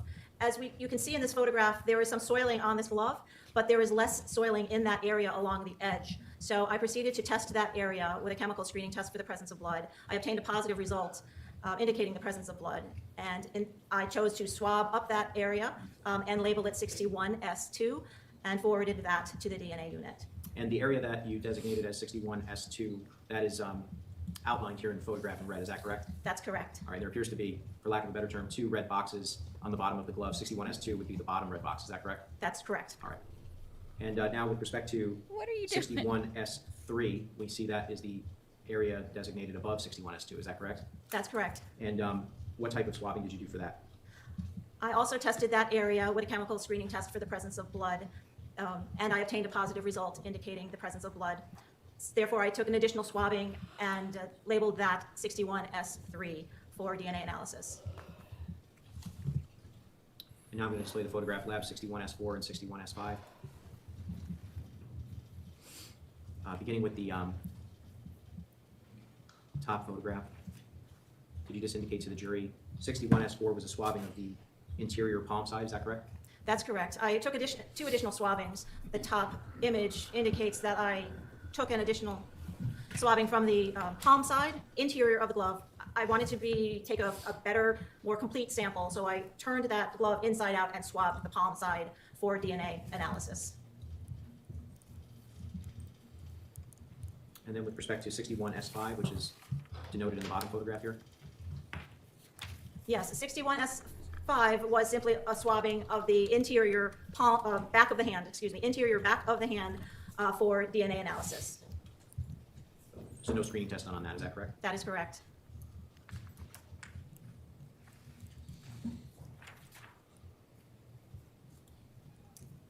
What? Why are you whining? I'm going to publish paragraph 9 of State's Exhibit 103. State Police Exhibit 502J, seized from Hartford by Sergeant Kevin Duggan on May 31st, 2019, and identified as 1 red and black bent broom/mop handle with blood-like substance on the black handle, contained within State Police Exhibit 502, seized from the scene, corner of Albany Avenue and Green Street, Hartford, Connecticut, was subsequently submitted to the Division of Scientific Services and designated as Submission 55. Ms. DeLonis, did you work on submission number 55? Sure. Yes, I examined that item of evidence. I'm just going to pull up a photograph in the folder State Police Exhibit 502J, Lab Submission 55, Lab 55, per N RBL stain. Ms. Velonis, I'm going to zoom in. Can you just indicate to the jury what we're looking at here? That is the end of this mop/broom handle. I call that the black cap end. And on the black area, I noted some reddish brown stains, one of which was located on the cap. When I examined this, I just simply photographed it at this point and did not do any testing at this time. And why didn't you do any testing? This was also requested to be examined by the latent print area, so I didn't want to disturb that particular stain at that time. I noted where it was, and I continued my examination. And did you eventually receive submission 55 back? Yes, And when you received it back, was it in a different condition? it was. How did it appear? It was covered with latent print examination dust or powder, so it had a different appearance altogether. I'm just going to pull up a photograph entitled Lab 55S2 through 55S4. I let Lucy on this desk one time, and now this is where she wants to Look at be. this photograph. Is this a photograph, or I suppose it's 3 separate photographs, but do these images show the broom, or the mop as you received it back? Yes, Okay, and I believe you can see the dust in these particular photographs from the fingerprint analysis that wasn't present earlier. correct. Now, did you take any swabbings of reddish-brown deposits from this particular item? I did, And is the area that was swabbed displayed in one of these photographs? yes. Okay, would you just indicate which one? The top left photograph displays the interior broken end of this mop handle. Within that interior area, I noted reddish-brown deposits. I tested a portion of that reddish-brown deposit with a chemical screening test for the presence of blood and obtained a positive result. So I collected a portion of those deposits as 55S2 and forwarded that sample to the DNA area. And in the bottom left-hand photograph, 55S3? 55S3 was the stain that we previously viewed. Now it's covered with the fingerprint powder. But I did collect that stain, tested it, a portion of that stain, with a chemical screening test for the presence of blood, and I obtained a positive result indicating the presence of blood. So I collected that stain as 55S3 and forwarded it to the DNA area. In the bottom right image, 55S4? The bottom right image depicts the exterior of the broken end of this mop or broom type handle. There was a staining, reddish brown staining on the exterior. I tested a portion of that staining with a chemical screening test for the presence of blood and obtained a positive result, therefore indicating the presence of blood. I collected that So stain she's and getting a labeled lot it of screening 55S4 tests coming and back forwarded it to the positive DNA for area. blood. Now I'm going to display a photograph in that same folder entitled Lab 55S5. And actually, this photograph displays 9 separate images. I'm going to direct your attention to the image in the middle, on the right-hand side in the middle row. Could you just indicate to the jury what we're looking at? We're looking at the entire item of evidence, which was a broom/mop handle, which, as you can see, was bent in 2 places. I collected a swabbing for touch DNA analysis from the entire red barrel of this handle and labeled it 55S5. And no screening test on this, it was just forwarded to DNA, is that correct? That's correct.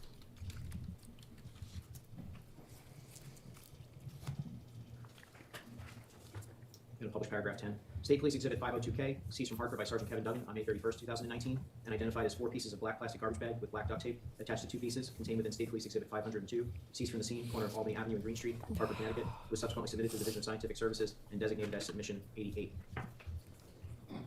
Now, you used a phrase earlier, and if I could borrow it, you did not work on the mother exhibit of Submission 88, is that correct? Or at least with respect to 88-1. That's correct. But there were items found by Mr. Parisi in fingerprint analysis that you subsequently analyzed, is that correct? That's correct. So I'm going to open the folder entitled State Police Exhibit 502K Lab Submission 88. There's a subfolder entitled 88-1. Specifically, what item did you analyze from 88-1? I examined an item of evidence labeled 88-1-1, and it was named green/yellow sponge located inside untorn bag. Spongegate. And just to be clear, this was a different sponge than the sponge we discussed earlier, which was a different lab submission entirely. Is that correct? That's correct. All right, so this is So I'm gonna open this the is photo the entitled second sponge 88.1.1S1. from Spongegate 2024. Is this submission number 88-1-1? Yes, it is. And did you take any action with respect to this? I did. What did you do? I examined this looking for any reddish-brown stains on this sponge, and I did not observe any reddish-brown staining on this sponge. There was a darkish stain on this sponge, which I tested with a chemical screening test for the presence of blood, and it was negative. I did collect a swabbing of this sponge for touch DNA analysis, and I labeled that swabbing as 88-1-1S1, swabbing of, and named it swabbing of sponge all sides. And did you collect any trace evidence from this sponge? I did. I located a hair-like fiber within the green side of the sponge and retained it as 88-1-1S2 for further analysis. And I'm now displaying the photograph entitled 88.1.1S2. And I'm going to ask if I could just direct your attention to the bottom photograph.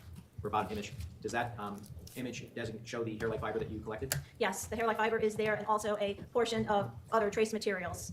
So if we could just draw a distinction between the two, is the other trace materials in the center top of the particular image? Yes, it is. And so the hair-like fiber that you collected is to the left side of the image and underneath that, is that correct? Yes, it's above the 1 to 1.5 centimeter of the ruler. And this was also similar to the hairs that you discussed earlier. Did you analyze this particular hair-like fiber to determine whether or not it was of human origin? Yes, I did. And what was your conclusion? I determined that it was indeed a human hair, and it had a root with tissue-like material on the root. And did you go through the same process in terms of putting it under a microscope and things like that nature? Yes, I examined it microscopically, photographed it as per protocol, and took my sample, meaning I took the root portion of the hair from the shaft and forwarded that to DNA. And within submission 88, there was also a submission designated as 88-3, is that correct? Yes. And what was submission 88-3? 88-3 was designated as a torn black plastic bag with knot and black tape. I believe the latent print unit designated it as one torn black plastic bag tied in a knot on one side, black tape attached to the bag, RB stains on bag. And what does RB stand for? Reddish brown. And I'm going to open the folder, the subfolder 88-3. You had mentioned that latent prints analyzed this particular bag. Did they have an opportunity to analyze this bag before or after you did? Both. Okay. They opened it up and they observed the reddish brown stains. I believe they didn't want to do anything to those stains, so they packaged it back up and sent it to me for examination. So I knew I had to return that item of evidence to them eventually. And did you take any, well, firstly, I'll just display the photograph entitled Lab 88.3 Paren Interior. Can you just indicate what we're looking at here?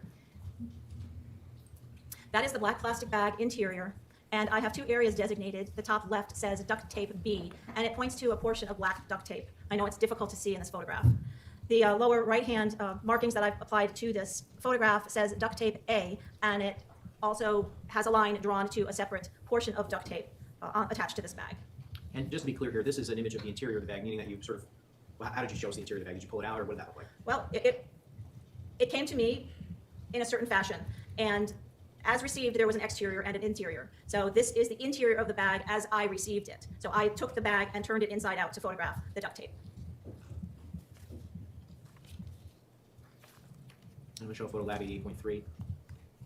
Does this image depict the exterior of the bag as you received it? It does. The bag opening is on the bottom of this image, so you might have to think upside down at this point, but the bottom is at the top and the top is at the bottom. All right, so just to be clear, I have the benefit of the mouse here. This is actually here, the opening of the bag. Is that correct, what I'm circling? That's correct. And then this would be the bottom of the bag? Correct. All right. Now, was this eventually submitted back to latent prints? After I performed some analysis, yes. Okay, and that's what I wanted to talk to you about, the analysis that you did. You took some swabbings of this particular item, is that correct? Yes. I'm going to display the photograph Lab 88.3 S1 and 88.3 S5. Prior to giving it back to latent prints so that they could do their analysis, how many swabbings of this particular bag did you take? I took 4 swabbings. So I'm showing you an image, and I want to just direct your attention to the top image here, if I could. I see a designation S1 with a blue circle around a particular area of the bag. Can you just tell Jerry what that is? Yes. This bag was received with a knot in it, and I proceeded to loosen that knot a bit so that I could swab the knot area and, as well as the internal surfaces of that knot. During that time, I observed a hair-like fiber that was entangled in this knot, so I removed that hair-like fiber. So the swabbing that I took from the interior of the knot, I labeled 88-3 S1 and named it swabbing of bag knot area. The hair-like fiber that I removed, I ultimately labeled as 88-3 S5 hair-like fiber, which I abbreviated as HLF, from knot area. And did you do an analysis of that hair-like fiber to determine whether or not it was human in origin? Yes, I did. And did you go through the same process that we've already discussed? Yes. And what was your determination? I determined that it was in fact a human hair with a root, and there was tissue-like material on the root end of that hair. I removed that root end and forwarded that root to DNA. I designated that root area as 88-3 S5. Now I'm displaying a photograph, Lab 88-3S2 and 88-3S3. And so this particular image, once again, has the bag upside down, if you will. Is that fair to say? Yes. And so the opening of the bag is at the bottom, and the bottom of the bag is at the top here. Is that correct? That's correct. All right, I want to direct your attention now to the S2 and S3, beginning with S2. Can you just indicate for the jury what that designates? S2 was a reddish-brown stained area, which I tested with a chemical screening test for the presence of blood and obtained a positive result indicating the presence of blood. I swabbed that reddish-brown staining onto swabs and called it 88-3S2, and that's what you see. It says S2, it's sideways, and KM positive, which is our chemical screening test. Was that swabbing submitted for DNA analysis? Yes, it was. And how about S3?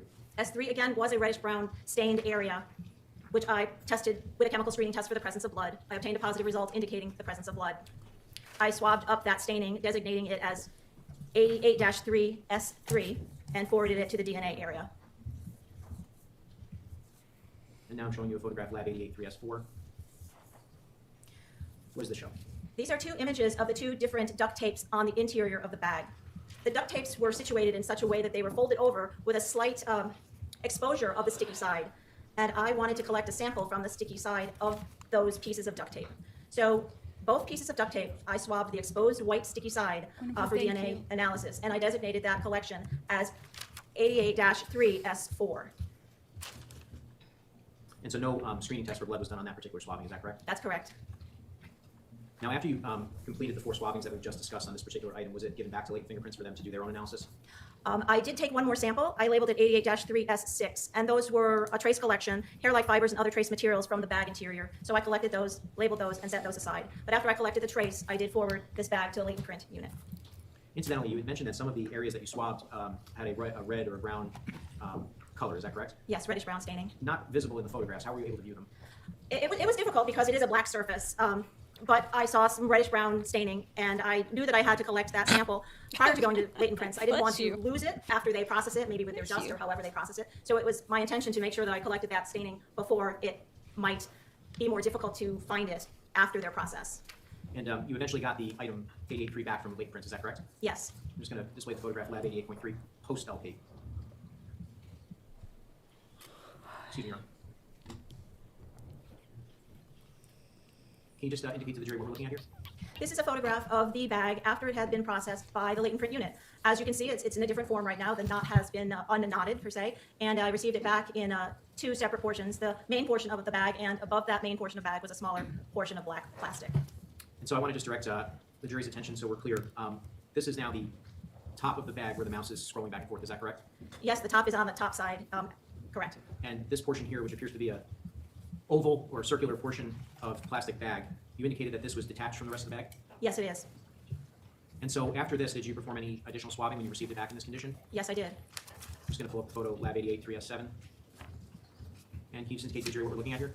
Those are 2 separate images of the exterior of the bag, one side of the bag, and I flipped it over and photographed the other side of the bag, both being the exterior of the bag. And is the area that you swabbed and designated as swabbing number 7 displayed here? It is. And I'm just going to direct your attention now to the left-hand side of the plastic bag in the top image, which appears to be near the opening. There appears to be a blue outline. Is that the area that you swabbed? Yes, I designated on that image the approximate area that I swabbed on the exterior of this bag for touch DNA analysis. And similarly, the bottom? Yes, correct. I swabbed the exterior opening of the bag for DNA analysis. And now I'm going to show you photograph lab 88-3S7 paren 2. What does this show?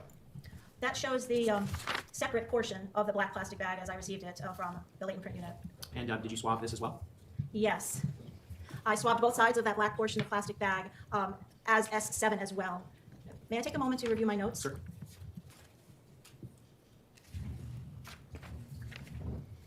So I want to be clear that S7 was a swabbing of both sides of this piece of black plastic bag, as well as the opening, interior and exterior of the bag, collected all together as one swabbing and designated as S7. And that included this area here, the detached portion of the bag, is that correct? Yes. And you swabbed both sides of this as well? Yes.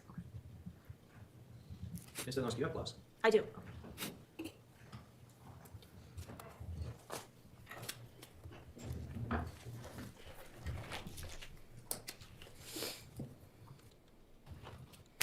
Specifically a bag labeled submission 88-003. I'm just going to ask if you wouldn't mind just looking at the contents of that bag and telling me what it is.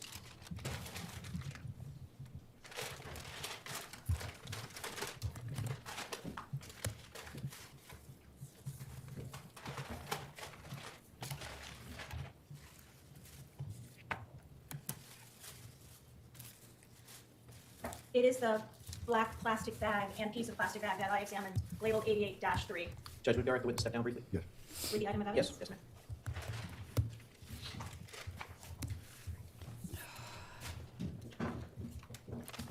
I ask, would you mind just, and I can take this, would you mind just fanning out the bag and just indicate to the jury, and I can help you.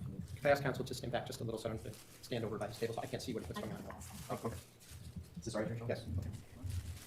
So this is indeed the black plastic bag that I examined. As you can see, the area that I tested and collected, the reddish brown stains labeled S2 and S3 are marked on this bag with a silver marker. My initials are also within those circles. The swabbing that I took, that I designated as S7, was approximately the edge of the black plastic bag, interior and exterior, as well as the black portion of the bag. So this top area here, the interior and exterior, would have been swabbing 7, is that correct? Yes. Along with the separate piece? Yes. Well, imagine that the bag was knotted, and someone may have been handling this bag, as I imagined as I examined my evidence, that perhaps the bag was knotted and someone would be touching or carrying this bag. And that was my thought process in collecting that sample.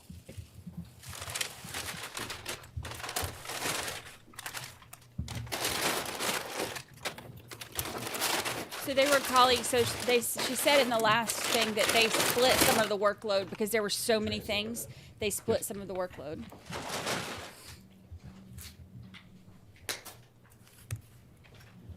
I just have a moment.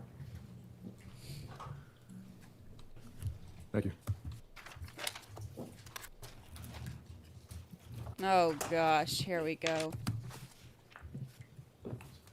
Areas I just want to go over with you. Some of this, so a lot of questions I asked your colleague, Ms. Roy, was here yesterday, correct? She was here yesterday. You saw her yesterday? Yes. And you saw me talking to her and you yesterday, right? Yes. Okay. So I want to clarify just a few items. You talked about doing screening tests for blood, correct? Correct. You used mostly, was it the Castle-Meyer for that? Yes. You said a number of times that it is a screen for the indication of the presence of blood, and then you said it concluded that it indicated the presence of blood. You remember saying that? I said it's a chemical screening test for the presence of blood. If it's a positive result, it indicates the presence of blood. Didn't you mean to say it indicates the possible presence of human blood? The word indicates means possible. Okay, that was what I wanted to clarify with you. Possible blood, and that's why you would, that might be one reason you would send an item on to DNA to have it confirmed, correct? Correct. Did you do any, withdrawn, there are confirming blood tests, correct? There are. And the lab has them, right? Yes, they do. There is a way for you to use a confirmatory blood test to actually be able to say, yes, this was human blood, correct? Yes. You were very careful to keep, and I think your testimony made clear, each item separately, correct? Yes. Anything that you examined, you didn't have 3 or 4 of them strewn about on the table at the same time, Correct. or even near each other at the same time, correct? Correct. And you use gloves when you touch items, correct? Yes. Not just here in court, but in the lab, right? Yes. You want to make sure there's no cross-contamination, right? Correct. And before you got the item, you don't even know who was touching those items, do you? No, I do not. You also don't know whether there was any cross-contamination of any of the items that were part of what you referred to as 88-1, correct? I received items as evidence as I received them. I know nothing about how they were processed or handled prior to that. Okay, well, interestingly, I'm going to show you what has been previously filed in this case. It's, let's see if I find the exact. It's from Exhibit 42, Folder 4, Item 7. I'm just going to show you an image, and I just want to make sure this is not how you would examine. This is not how you would examine or store the items. It takes about, I guess, 10 seconds for this to, if you look at that screen. This is not how you would store the items that you are examining, is it? Well, I just object, Your Honor. I mean, it's vague and... Well, the question is, would you store items as they would appear in a trash can on a city street? The answer is obvious. Yeah, but it's an obvious answer, but what would the answer be? Clearly, I would not store evidence in a trash can on a city street. Now, you don't know the items that you looked at. Were you even aware it came out of a trash receptacle on Albany Avenue at the corner of Green and Albany? Yes. But nobody ever showed you this image, did they? 4-272? I've never seen this image before. Is it fair to say that if this is how the items were in the receptacle, there might be some cross-contamination of the items as they were presented to you? Yes, but I also need to mention that crime scenes are not forensic laboratories. Exactly, right. You are doing the science, right? Yes. You are taking the items individually, correct? I take them in as they are packaged by the submitting agency. You do not take into consideration whether they might have been mixed up or even dumped together in another item, and so they would be easily transported before they came to you, correct? I trust the submitting agency to perform their duties as they are trained, and I take in the evidence as it is presented to me. All right, so you would trust them to handle it correctly is what you're saying, right? Yes. So dumping everything from that barrel into one larger construction bag and bringing it someplace else, would that not be within the protocol as you understand it? I don't see any alternative. Would you like them to spread out paper and go through this garbage can item by item on a city street? Well, yeah. I think I would personally also bag that, take it back to a secure location, and sort through it. Oh, but by doing that, you also agree that it would cross-contaminate any items that were in that barrel, correct? It's a barrel of garbage. It's a barrel of garbage. That's not cross-contamination. It's literally in there together. It's a barrel of garbage. I just want to ask you about Lab Exhibit 81-1-1S1, which was a sponge yellow and with a yellow side and a green side. You testified about that, correct? Yes, please let me retrieve my notes. 80. It's a 88 barrel dash- of garbage. 88-1-1S1. I'm sorry, what was that? 88-1-1S2 or 88-1-1. Oh, hold on. You may be, no, 88-1-1. Yes, You have a document on that, I do. right?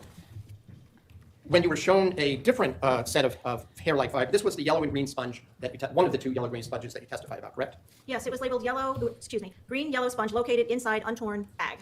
When you say the untorn bag, it's one of the two black bags that were part of 88-1, correct? Garbage bag. I'm assuming so from the numbering, but I've not seen those other bags. So when you obtained that item, the green yellow sponge that we saw those pictures right at the end there, correct? At the end of your testimony on direct, I mean, correct? Yes. And I just want to make sure that we're talking about the same one, so I'm going to.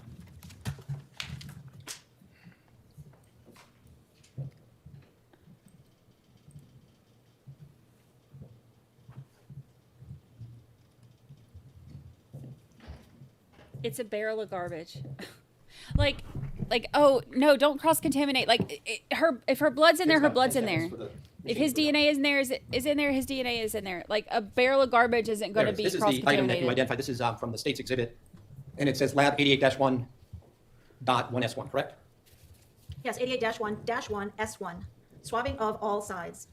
And this item appears to be what I would call like a pot scrubber type of kitchen sponge. I call it a household or kitchen type sponge. But one side is an abrasive, the bluish green side is abrasive, right? That's correct. And the other side is a yellow, more absorbent side, right? That's correct. And it's like any of these, I can't think of a brand name, but the ones where, you can wash, the abrasive side you can use to remove maybe dirt or food items, and then you can use the other side for a more smoother finish, for want of a better way to describe it. Yes. And you looked at both sides of this item, correct? I looked at all sides of this item, correct. And then you noted, well, first of all, Keith, was this item, the way it's labeled, was this inside the black garbage bag that you were talking about before on direct?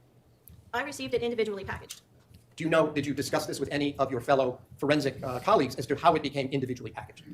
I don't recall any conversation. Did you have notes as to whether or not the latent print examiner removed this from the interior of the garbage bag? Well, I would just object to the form of the question. There's multiple garbage bags here, and he was specifically asking about the one we just saw in court, which is 88-3, which is a different bag. Then I will rephrase the question. My apology. So you're aware that you didn't see 88-3 in the courtroom, but you discussed 88-1, didn't you? I'm sorry, repeat the question? In your testimony, didn't you discuss 88-1, the garbage bag?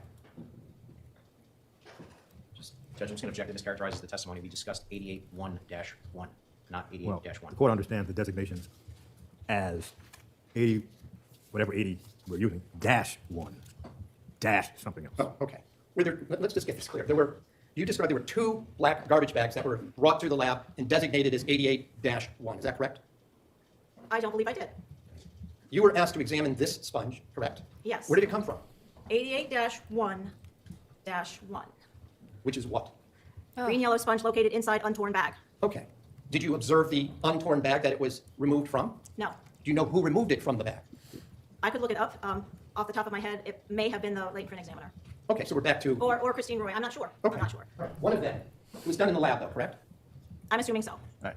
So then I'm going to show you, and I'm going to zoom in a little bit here. The item that you're referring to as the hair-like fiber or the fiber is this curved item that we see in the bottom image. Is that correct? Yes.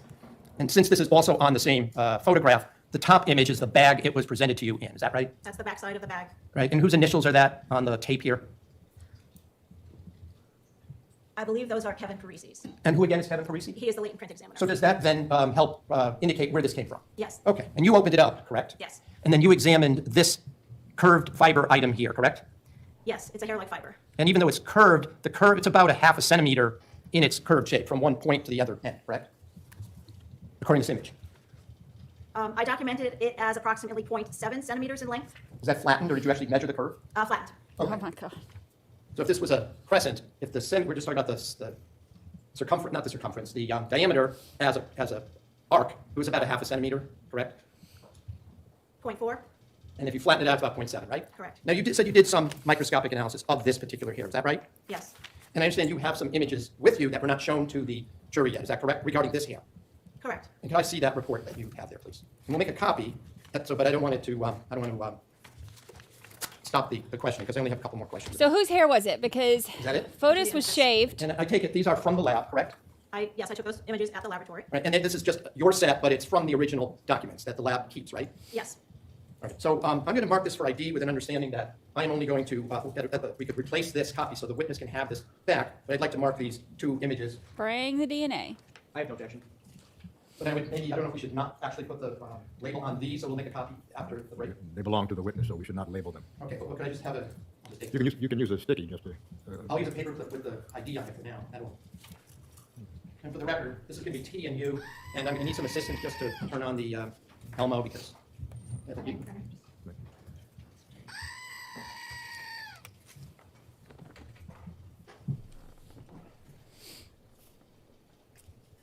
the power on? Can't tell. Do I have to press that? It looks like it's on. Oh, it's-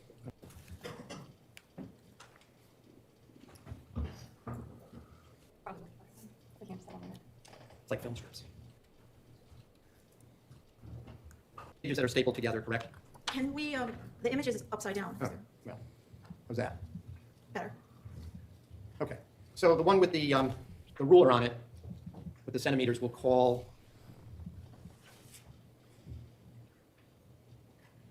T, and the next one will be U. How's that? So we're looking at 4 images on Exhibit T, correct? Yes. You took these 4 pictures, right? Yes. And again, the hair we see somewhat enlarged in this image here, correct? In the upper left image, yes. Upper left, well, the way. Well, as it's displayed on the screen. Yeah, I realize. So, all right. So as it's displayed on the screen, this is the real size of it. Correct. That's taken, let's say, with the naked eye. And this image, which is on the screen, which is I'll just identify it since it's turned. I don't know how to fix that, but there's some language written around this enlarged version. Would you just describe first of all, what does this say? There is a square that I drew on this image. This square is encompassing the root portion of the hair that I removed. So the square, and there's a line that leads to some writing. The writing says 88-1-1S2-1 with an asterisk, and it says 2DNA. So that is the human hair, the root portion of the human hair with tissue-like material that I collected from the sponge, and I sent that to DNA. The other writing on that image says remaining shaft 88-1-1S2-1 RAL, which means retained at lab. And that's your handwriting, correct? Yes, it is. And then the other 2 images, there is a blue square at the edge of the what looks like the fiber here. Is that correct? The human hair, yes. So you did by now determine it was a human hair, correct? I did. Okay. And then if we go over to this image here, is this a microscopic enlargement of the hair itself? Yes, it's a low-power microscope that I use to capture these images. And this is the shaft part that you testified about? In that image, there's a bracket, and the bracket has a number labeled 88-1-1S2-1 asterisk. Now, the bracket and the line leads to the other photograph. So I am depicting a magnified image of the same hair root in those 2 images. Right. So in other words, this blue line here, it looks like it maybe has an arrow at the end. This is what you're referring to, right? This blue line that goes between those 2 images? Yes, it's the same hair, the same human hair with tissue-like material at the root at different magnifications. Okay, so now we're going to go to Exhibit U, which we're not going to put on your copy. It will be replaced with a color photocopy. So there are 3 images on you, correct? Yes. And would you just read what it says in the image? And I realize it's sideways, so I can either turn it. It's sort of counterintuitive, but all right. First of all, what does this image here, the one on the left top, indicate to you? What is it showing us? It is a picture of the human hair after I removed the root with the tissue-like material. It is labeled on the photograph, root portion previously removed, with an arrow pointing to the end of that human hair. And then this image to the right, what is this showing us? The image to the right shows the tip of that human hair. And what about this lower image here on the left here? What does that show us? Lower left depicts the mid portion of the shaft of that human hair. These photographs are taken, the root end, the tip, the mid portion, for clearly photo documentation and review of the evidence by other examiners to review my work and testify that my work is accurate and complete. In fact, everything you do has to be reviewed by another technical person, correct? That's correct. To make sure that what your conclusions are, what you wrote, there are no mistakes or typos or anything like that. That I haven't gone rogue and gone off the SOPs, that I'm doing things according to the SOPs. And just tell them what SOP means. Standard operating procedures. Right. And there are written procedures and training you go through in order to follow a certain procedure, right? Correct. And finally, could you just read what it says here at there's your handwriting below where it says 88-1-1S2-1. Just read what it says for the record, please. After root portion removed, all photos 100x objective. And 100x, is that 100 times enlarged? Not necessarily. Tell us what that means then. The microscopes that we use for this image is basically your standard microscope that you might have used in high school, where you have the oculars that you look through, you see through a tube, and there are lenses at the bottom that you can rotate, sometimes smaller, less magnification to higher magnification. So I used the objective that was labeled 100x. Because I take a photograph, I'm not only going through the lenses of the microscope, but I'm also going through the lens of the camera. So I can't say that that's a true 100 times magnification of the object because of the lenses. And the camera that we use has a zoom feature, so we don't really know exactly how many times magnified that thing is. In any event, this is magnified larger than the 0.4 centimeters of the original size, correct? Correct. You sent this over to DNA for examination, correct? I sent the root portion of this hair to DNA for examination. And these are going to be my last couple of questions, so just bear with me for a moment. You talked a little bit about, you mentioned mitochondrial DNA and nuclear DNA in your direct examination, right? And you're not the DNA person on this case, correct? That's correct. That would have been, as far as you know, Kristen Medell, correct? Correct. But there is a difference between mitochondrial DNA and nuclear DNA, correct? Correct. When you're examining, well, mitochondrial DNA is from the mother side of the family or the maternal lineage, correct? Yes. And so therefore there would only be X chromosomes in it, right?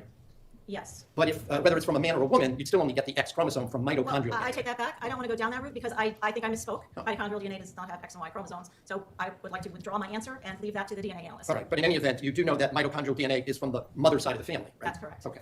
And you know enough about biology to know that the mother side of the family doesn't have a Y chromosome, correct? In nuclear DNA. In any DNA, right? There's no Y chromosome. No objection. All right, I'll withdraw the question. I don't have any other questions. She just said she's not the DNA person. Nothing further, Judge. Bailones, you may step down.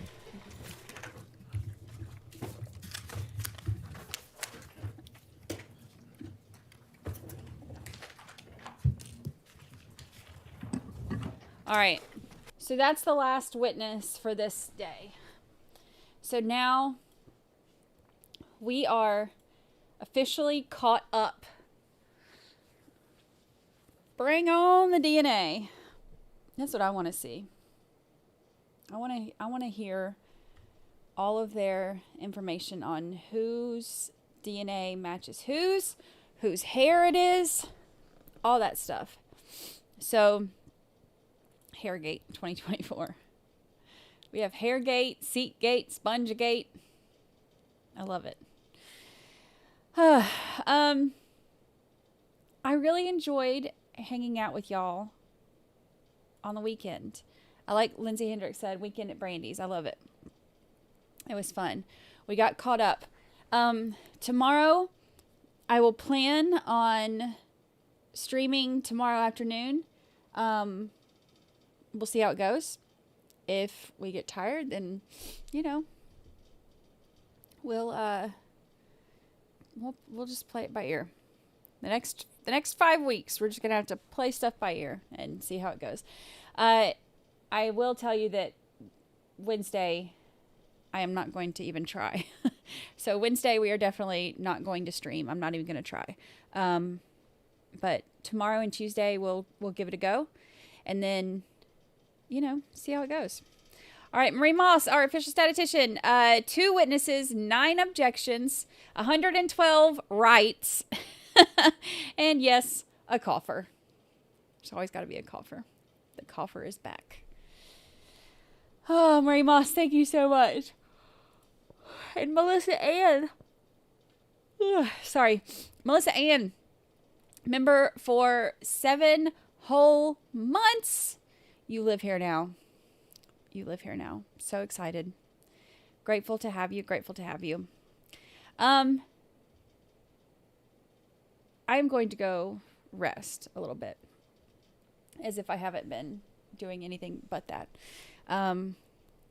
But I am going to rest. That's an idea too. Maybe, if it gets so bad, maybe I'll just have it going over here and then I'll just stream from my laptop in bed. Maybe that's something we could do too. We'll figure it out. We'll get through the next 5 weeks. We got this. All right, y'all. I appreciate you so much. Thank you. Thank you for hanging out with me on a weekend. I didn't know how it would go streaming on a weekend. I didn't know if we would have, everybody would be busy and all that. So, I didn't know how it would go, but I really, look, I'm yawning so much that my eyes are getting watery. Can you see that? That's not normal. But anywho, I didn't know how it would go, but I really enjoyed it. It was It was a fun time. It really was. I appreciate all of y'all hanging out. So I will set up our stream for tomorrow at 11 my time, which is noon Eastern. That gives me a little bit of time to get home and get myself together. And then if for some reason I'm not feeling up to it, not able to do it tomorrow, then you know, we'll change the date and try again Tuesday. So but maybe we'll try to do Mondays and Tuesdays, and then since Wednesdays and Thursdays are a little bit tougher, maybe we'll catch up Wednesday, Thursday, and Friday on the weekends or something like that. So we'll kind of play it by ear. But set your notifications. I will set up the stream for tomorrow. I will see y'all then. Thank you so much to everybody for hanging out. Thank you for the gifted memberships too. Welcome to all of our new members in green. Thank you to all of y'all for joining us. Thank you for super chats, but more importantly, just thank you for coming and hanging out and being awesome. I love our group. I'm so thankful that we have such an amazing group here. So y'all are the best. All right. Peace out, jurors. I'll see y'all tomorrow.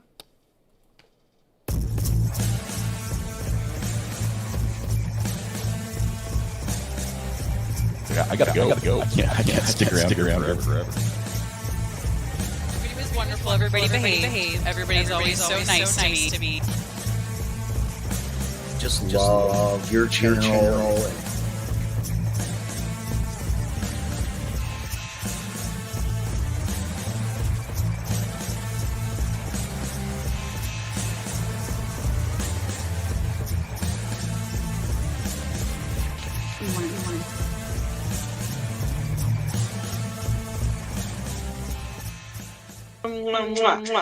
Goodbye, people. Now, how the heck do I get out of here?